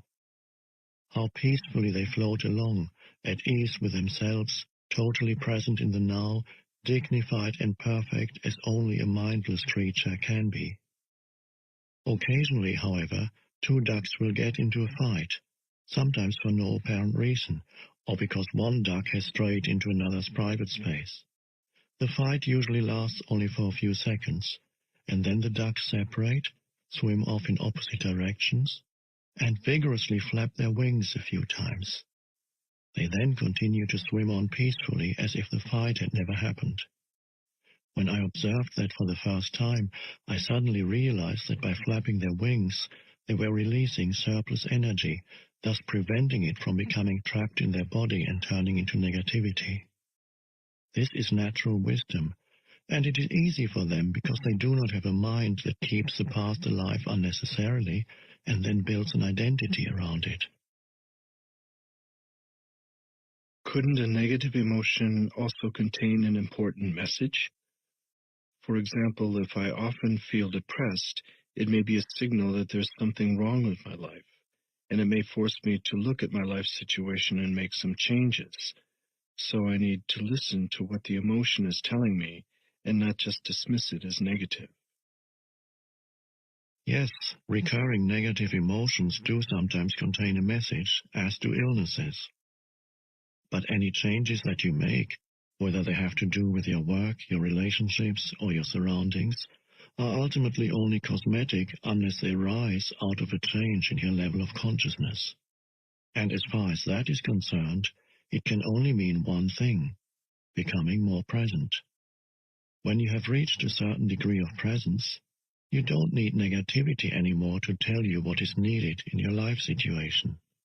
But as long as negativity is there, use it.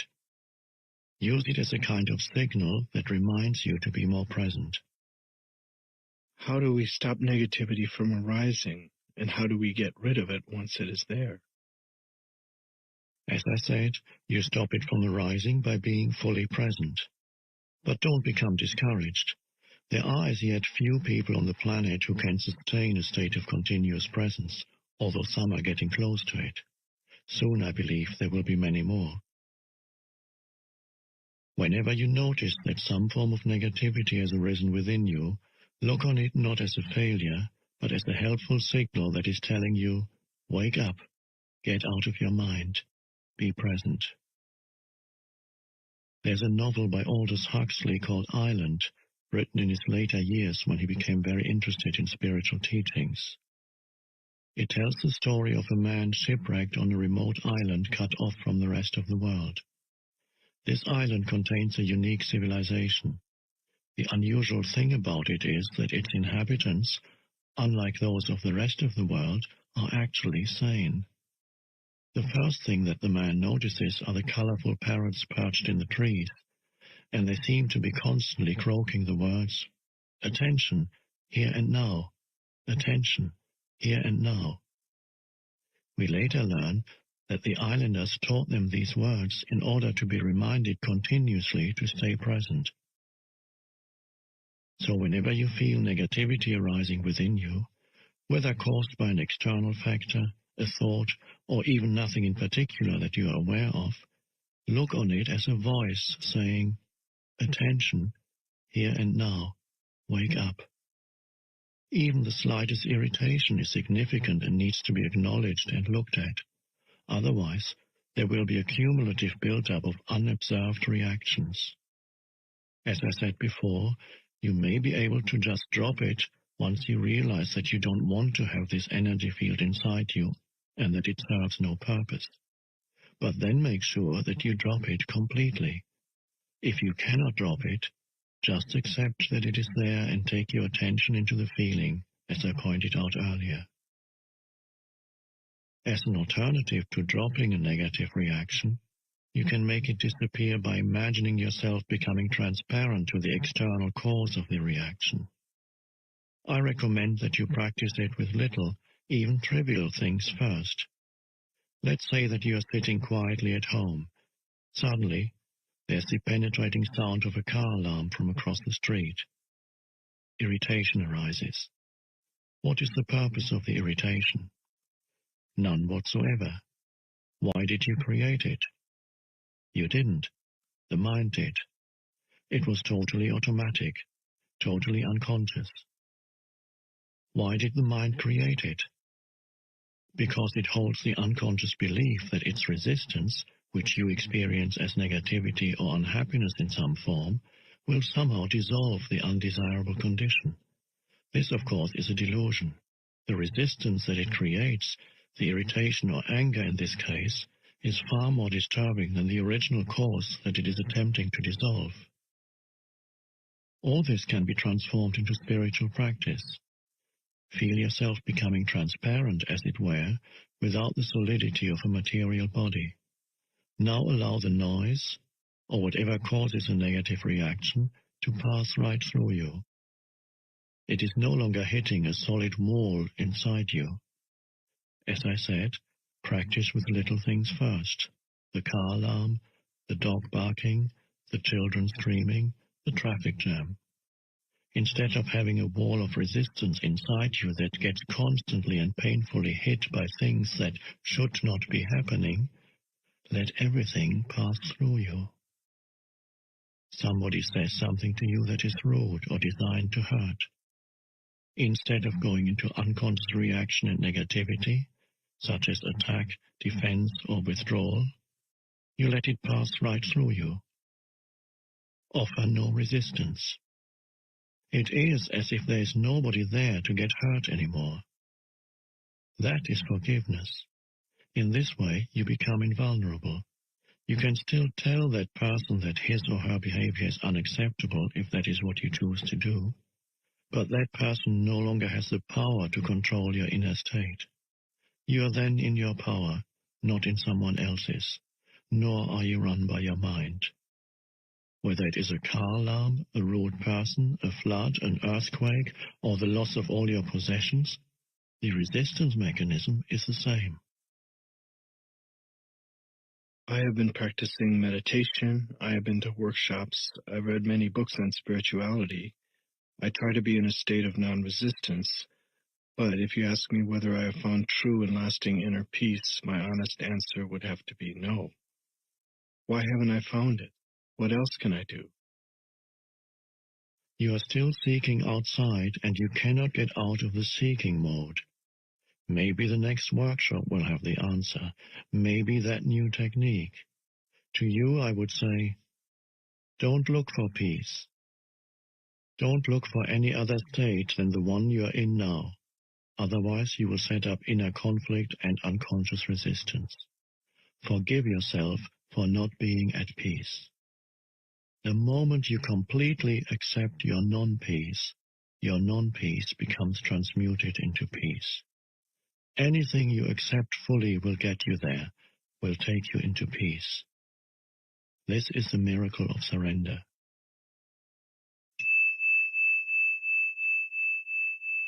You may have heard the phrase, turn the other cheek, which a great teacher of enlightenment used 2,000 years ago.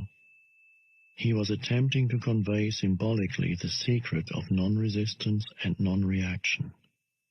In this statement, as in all his others, he was concerned only with your inner reality, not with the outer conduct of your life. Do you know the story of Banzan? Before he became a great Zen master, he spent many years in the pursuit of enlightenment, but it eluded him. Then one day, as he was walking in the marketplace, he overheard a conversation between a butcher and his customer. "Give me the best piece of meat you have," said the customer. And the butcher replied, "Every piece of meat I have is the best. There is no piece of meat here that is not the best." Upon hearing this, Banzan became enlightened. I can see you are waiting for some explanation. When you accept what is, every piece of meat, every moment, is the best. That is enlightenment. Having gone beyond the mind-made opposites, you become like a deep lake. The outer situation of your life and whatever happens there is the surface of the lake. Sometimes calm, sometimes windy and rough, according to the cycles and seasons. Deep down, however, the lake is always undisturbed. You are the whole lake, not just the surface, and you are in touch with your own depth, which remains absolutely still. You don't resist change by mentally clinging to any situation. Your inner peace does not depend on it. You abide in being, unchanging, timeless, deathless, and you are no longer dependent for fulfillment or happiness on the outer world of constantly fluctuating forms. You can enjoy them, play with them, create new forms, appreciate the beauty of it all, but there will be no need to attach yourself to any of it. When you become this detached, doesn't it mean that you also become remote from other human beings? On the contrary, as long as you are unaware of being, the reality of other humans will elude you because you have not found your own. Your mind will like or dislike their form, which is not just their body, but includes their mind as well. True relationship becomes possible only when there's an awareness of being. Coming from being, you will perceive another person's body and mind as just a screen, as it were, behind which you can feel their true reality, as you feel yours. So, when confronted with someone else's suffering or unconscious behavior, you stay present and in touch with being and are thus able to look beyond the form and feel the other person's radiant and pure being through your own. At the level of being, all suffering is recognized as an illusion. Suffering is due to identification with form. Miracles of healing sometimes occur through this realization, by awakening being consciousness in others, if they are ready. Is that what compassion is? Yes, compassion is the awareness of a deep bond between yourself and all creatures. But there are two sides to compassion, two sides to this bond. On the one hand, since you're still here as a physical body, you share the vulnerability and mortality of your physical form with every other human and with every living being. Next time you say, I have nothing in common with this person, remember that you have a great deal in common. A few years from now, 2 years or 70 years, it doesn't make much difference. Both of you will have become rotting corpses, then piles of dust, then nothing at all. This is a sobering and humbling realization that leaves little room for pride. Is this a negative thought? No, it is a fact. Why close your eyes to it? In that sense, there is total equality between you and every other creature. One of the most powerful spiritual practices is to meditate deeply on the mortality of physical forms, including your own. This is called die before you die. Go into it deeply. Your physical form is dissolving, is no more. Then a moment comes when all mind forms or thoughts also die. Yet you are still there, the divine presence that you are, radiant, fully awake. Nothing that was real ever died, only names, forms, and illusions.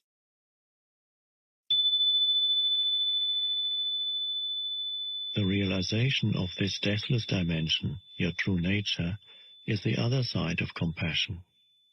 On a deep feeling level, you now recognize not only your own immortality, but through your own, that of every other creature as well. On the level of form, you share mortality and the precariousness of existence. On the level of being, you share eternal, radiant life. These are the two aspects of compassion. In compassion, the seemingly opposite feelings of sadness and joy merge into one and become transmuted into a deep inner peace. This is the peace of God. It is one of the most noble feelings that humans are capable of, and it has great healing and transformative power. But true compassion, as I've just described it, is as yet rare. To have deep empathy for the suffering of another being certainly requires a high degree of consciousness, but represents only one side of compassion. It is not complete. True compassion goes beyond empathy or sympathy. It does not happen until sadness merges with joy, the joy of being beyond form, the joy of eternal life. I don't agree that the body needs to die. I am convinced that we can achieve physical immortality. We believe in death, and that's why the body dies. The body does not die because you believe in death. The body exists, or seems to, because you believe in death. Body and death are part of the same illusion, created by the egoic mode of consciousness, which has no awareness of the source of life and sees itself as separate and constantly under threat. So it creates the illusion that you are a body, a dense physical vehicle, that is constantly under threat. To perceive yourself as a vulnerable body that was born and a little later dies, that's the illusion. Body and death, one illusion. You cannot have one without the other. You want to keep one side of the illusion and get rid of the other, but that is impossible. Either you keep all of it, or you relinquish all of it. However, you cannot escape from the body, nor do you have to. The body is an incredible misperception of your true nature, but your true nature is concealed somewhere within that illusion, not outside it, so the body is still the only point of access to it.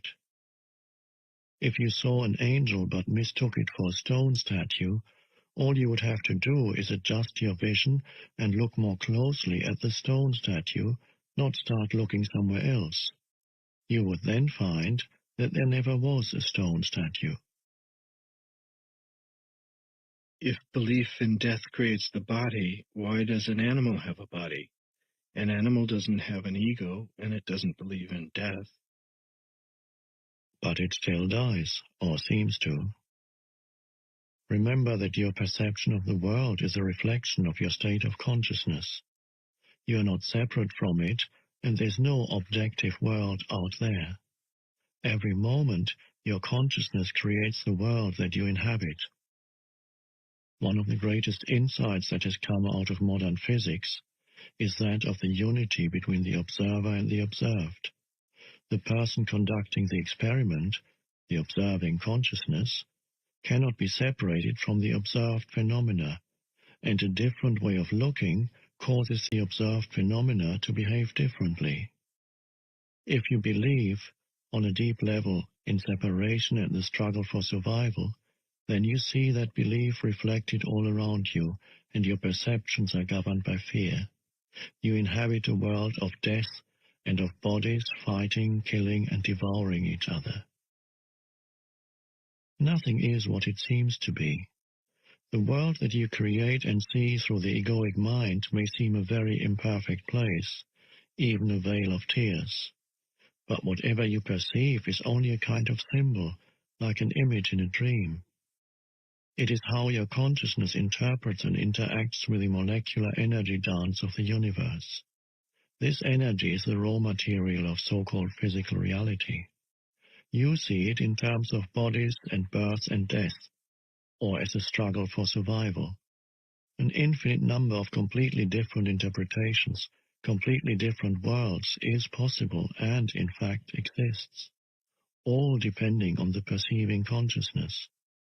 Every being is a focal point of consciousness, and every such focal point creates its own world, although all those worlds are interconnected.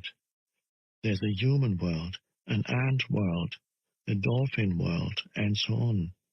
There are countless beings whose consciousness frequency is so different from yours that you are probably unaware of their existence, as they are of yours. Highly conscious beings who are aware of their connectedness with the Source and with each other would inhabit a world that to you would appear as a heavenly realm, and yet all worlds are ultimately one. Our collective human world is largely created through the level of consciousness we call mind. Even within the collective human world, there are vast differences, many different sub-worlds, depending on the perceivers or creators of their respective worlds. Since all worlds are interconnected, When collective human consciousness becomes transformed, nature and the animal kingdom will reflect that transformation. Hence the statement in the Bible that in the coming age, the lion shall lie down with the lamb. This points to the possibility of a completely different order of reality. The world as it appears to us now is, as I said, largely a reflection of the egoic mind. Fear being an unavoidable consequence of egoic delusion, it is a world dominated by fear. Just as the images in a dream are symbols of inner states and feelings, so our collective reality is largely a symbolic expression of fear and of the heavy layers of negativity that have accumulated in the collective human psyche. We are not separate from our world, so when the majority of humans become free of egoic delusion, this inner change will affect all of creation. You will literally inhabit a new world. It is a shift in planetary consciousness. The strange Buddhist saying that every tree and every blade of grass will eventually become enlightened points to the same truth. According to St. Paul, the whole of creation is waiting for humans to become enlightened. That is how I interpret his saying that the created universe is waiting with eager expectation for God's sons to be revealed. St. Paul goes on to say that all of creation will become redeemed through this. Up to the present, the whole created universe in all its parts groans as if in the pangs of childbirth. What is being born is a new consciousness and, as its inevitable reflection, a new world. This is also foretold in the New Testament book of Revelation. Then I saw a new heaven and a new earth, for the first heaven and the first earth had passed away. But don't confuse cause and effect. Your primary task is not to seek salvation through creating a better world, but to awaken out of identification with form. You are then no longer bound to this world, this level of reality. You can feel your roots in the unmanifested, and so are free of attachment to the manifested world. You can still enjoy the passing pleasures of this world, but there is no fear of loss anymore, so you don't need to cling to them. Although you can enjoy sensory pleasures, the craving for sensory experience is gone, as is the constant search for fulfillment through psychological gratification, through feeding the ego. You are in touch with something infinitely greater than any pleasure, greater than any manifested thing.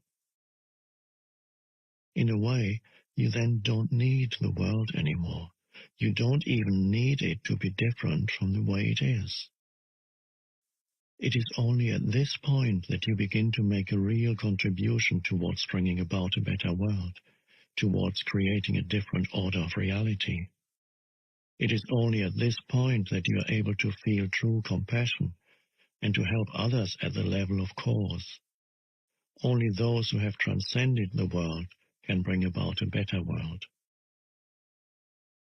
You may remember that we talked about the dual nature of true compassion, which is awareness of a common bond of shared mortality and immortality.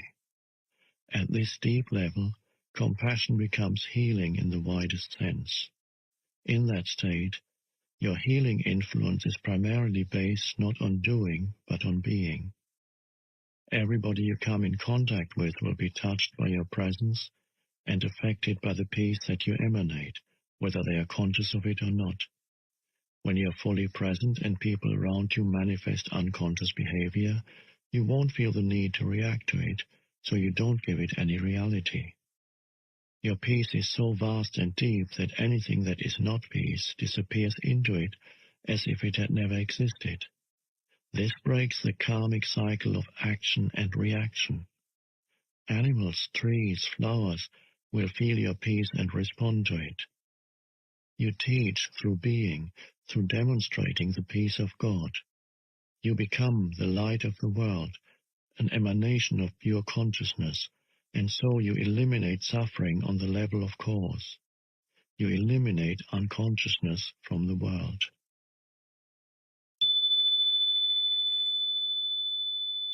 This doesn't mean that you may not also teach through doing, for example, by pointing out how to disidentify from the mind, recognize unconscious patterns within yourself, and so on. But who you are is always a more vital teaching and a more powerful transformer of the world than what you say, and more essential even than what you do. Furthermore, to recognize the primacy of being, and thus work on the level of cause, does not exclude the possibility that your compassion may simultaneously manifest on the level of doing and of effect, by alleviating suffering whenever you come across it. When a hungry person asks you for bread and you have some, you will give it. But as you give the bread, even though your interaction may only be very brief, what really matters is this moment of shared being, of which the bread is only a symbol. A deep healing takes place within it. In that moment, there's no giver, no receiver. But there shouldn't be any hunger and starvation in the first place. How can we create a better world without tackling evils such as hunger and violence first? All evils are the effect of unconsciousness. You can alleviate the effects of unconsciousness, but you cannot eliminate them unless you eliminate their cause. True change happens within, not without. If you feel called upon to alleviate suffering in the world, that is a very noble thing to do. But remember not to focus exclusively on the outer. Otherwise you will encounter frustration and despair. Without a profound change in human consciousness, the world's suffering is a bottomless pit. So don't let your compassion become one-sided. Empathy with someone else's pain or lack and a desire to help need to be balanced with a deeper realization of the eternal nature of all life and the ultimate illusion of all pain. Then let your peace flow into whatever you do, and you will be working on the levels of effect and cause simultaneously. This also applies if you are supporting a movement designed to stop deeply unconscious humans from destroying themselves, each other, and the planet, or from continuing to inflict dreadful suffering on other sentient beings. Remember, just as you cannot fight the darkness, so you cannot fight unconsciousness. If you try to do so, the polar opposites will become strengthened and more deeply entrenched. You will become identified with one of the polarities. You will create an enemy and so be drawn into unconsciousness yourself. Raise awareness by disseminating information, or at the most, practice passive resistance. But make sure that you carry no resistance within, no hatred, no negativity. Love your enemies, said Jesus, which of course means have no enemies. Once you get involved in working on the level of effect, it is all too easy to lose yourself in it. Stay alert and very, very present. The causal level needs to remain your primary focus, the teaching of enlightenment your main purpose, and peace your most precious gift to the world.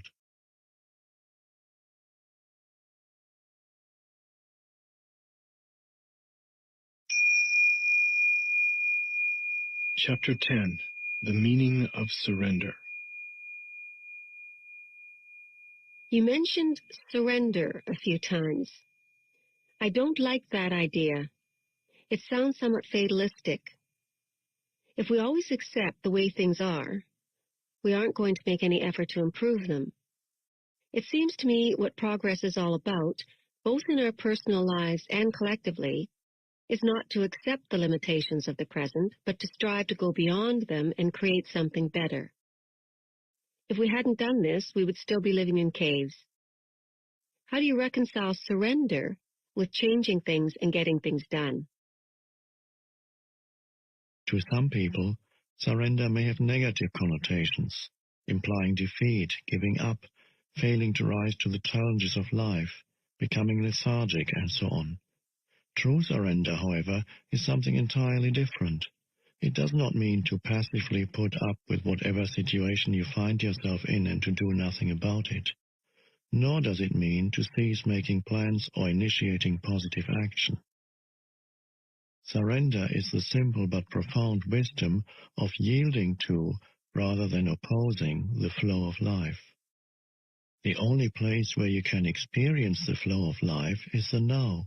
So to surrender is to accept the present moment unconditionally and without reservation. It is to relinquish inner resistance to what is. Inner resistance is to say no to what is, through mental judgments and emotional negativity. It becomes particularly pronounced when things go wrong, which means that there's a gap between the demands or rigid expectations of your mind and what is. That is the pain gap. If you have lived long enough, you will know that things go wrong quite often. It is precisely at those times that surrender needs to be practiced if you want to eliminate pain and sorrow from your life. Acceptance of what is immediately frees you from mind identification and thus reconnects you with being. Resistance is the mind. Surrender is a purely inner phenomenon. It does not mean that on the outer level you cannot take action and change the situation. In fact, it is not the overall situation that you need to accept when you surrender, but just the tiny segment called the now. For example, if you were stuck in the mud somewhere, you wouldn't say, "Okay, I resign myself to being stuck in the mud." Resignation is not surrender. You don't need to accept an undesirable or unpleasant life situation. Nor do you need to deceive yourself and say that there's nothing wrong with being stuck in the mud. No. You recognize fully that you want to get out of it. You then narrow your attention down to the present moment without mentally labeling it in any way. This means that there's no judgment of the now. Therefore, there's no resistance, no emotional negativity. You accept the isness of this moment. Then you take action and do all that you can to get out of the mud. Such action I call positive action. It is far more effective than negative action, which arises out of anger, despair, or frustration. Until you achieve the desired result, you continue to practice surrender by refraining from labeling the now. Let me give you a visual analogy to illustrate the point I'm making. You are walking along a path at night, surrounded by a thick fog. But you have a powerful flashlight that cuts through the fog and creates a narrow, clear space in front of you. The fog is your life situation, which includes past and future. The flashlight is your conscious presence. The clear space is the now. Non-surrender hardens your psychological form, the shell of the ego, and so creates a strong sense of separateness. The world around you and people in particular come to be perceived as threatening. The unconscious compulsion to destroy others through judgment arises, as does the need to compete and dominate. Even nature becomes your enemy, and your perceptions and interpretations are governed by fear. The mental disease that we call paranoia is only a slightly more acute form of this normal but dysfunctional state of consciousness. Not only your psychological form, but also your physical form, your body, becomes hard and rigid through resistance. Tension arises in different parts of the body, and the body as a whole contracts. The free flow of life energy through the body, which is essential for its healthy functioning, is greatly restricted. Body work and certain forms of physical therapy can be helpful in restoring this flow, but unless you practice surrender in your everyday life, those things can only give temporary symptom relief, since the cause,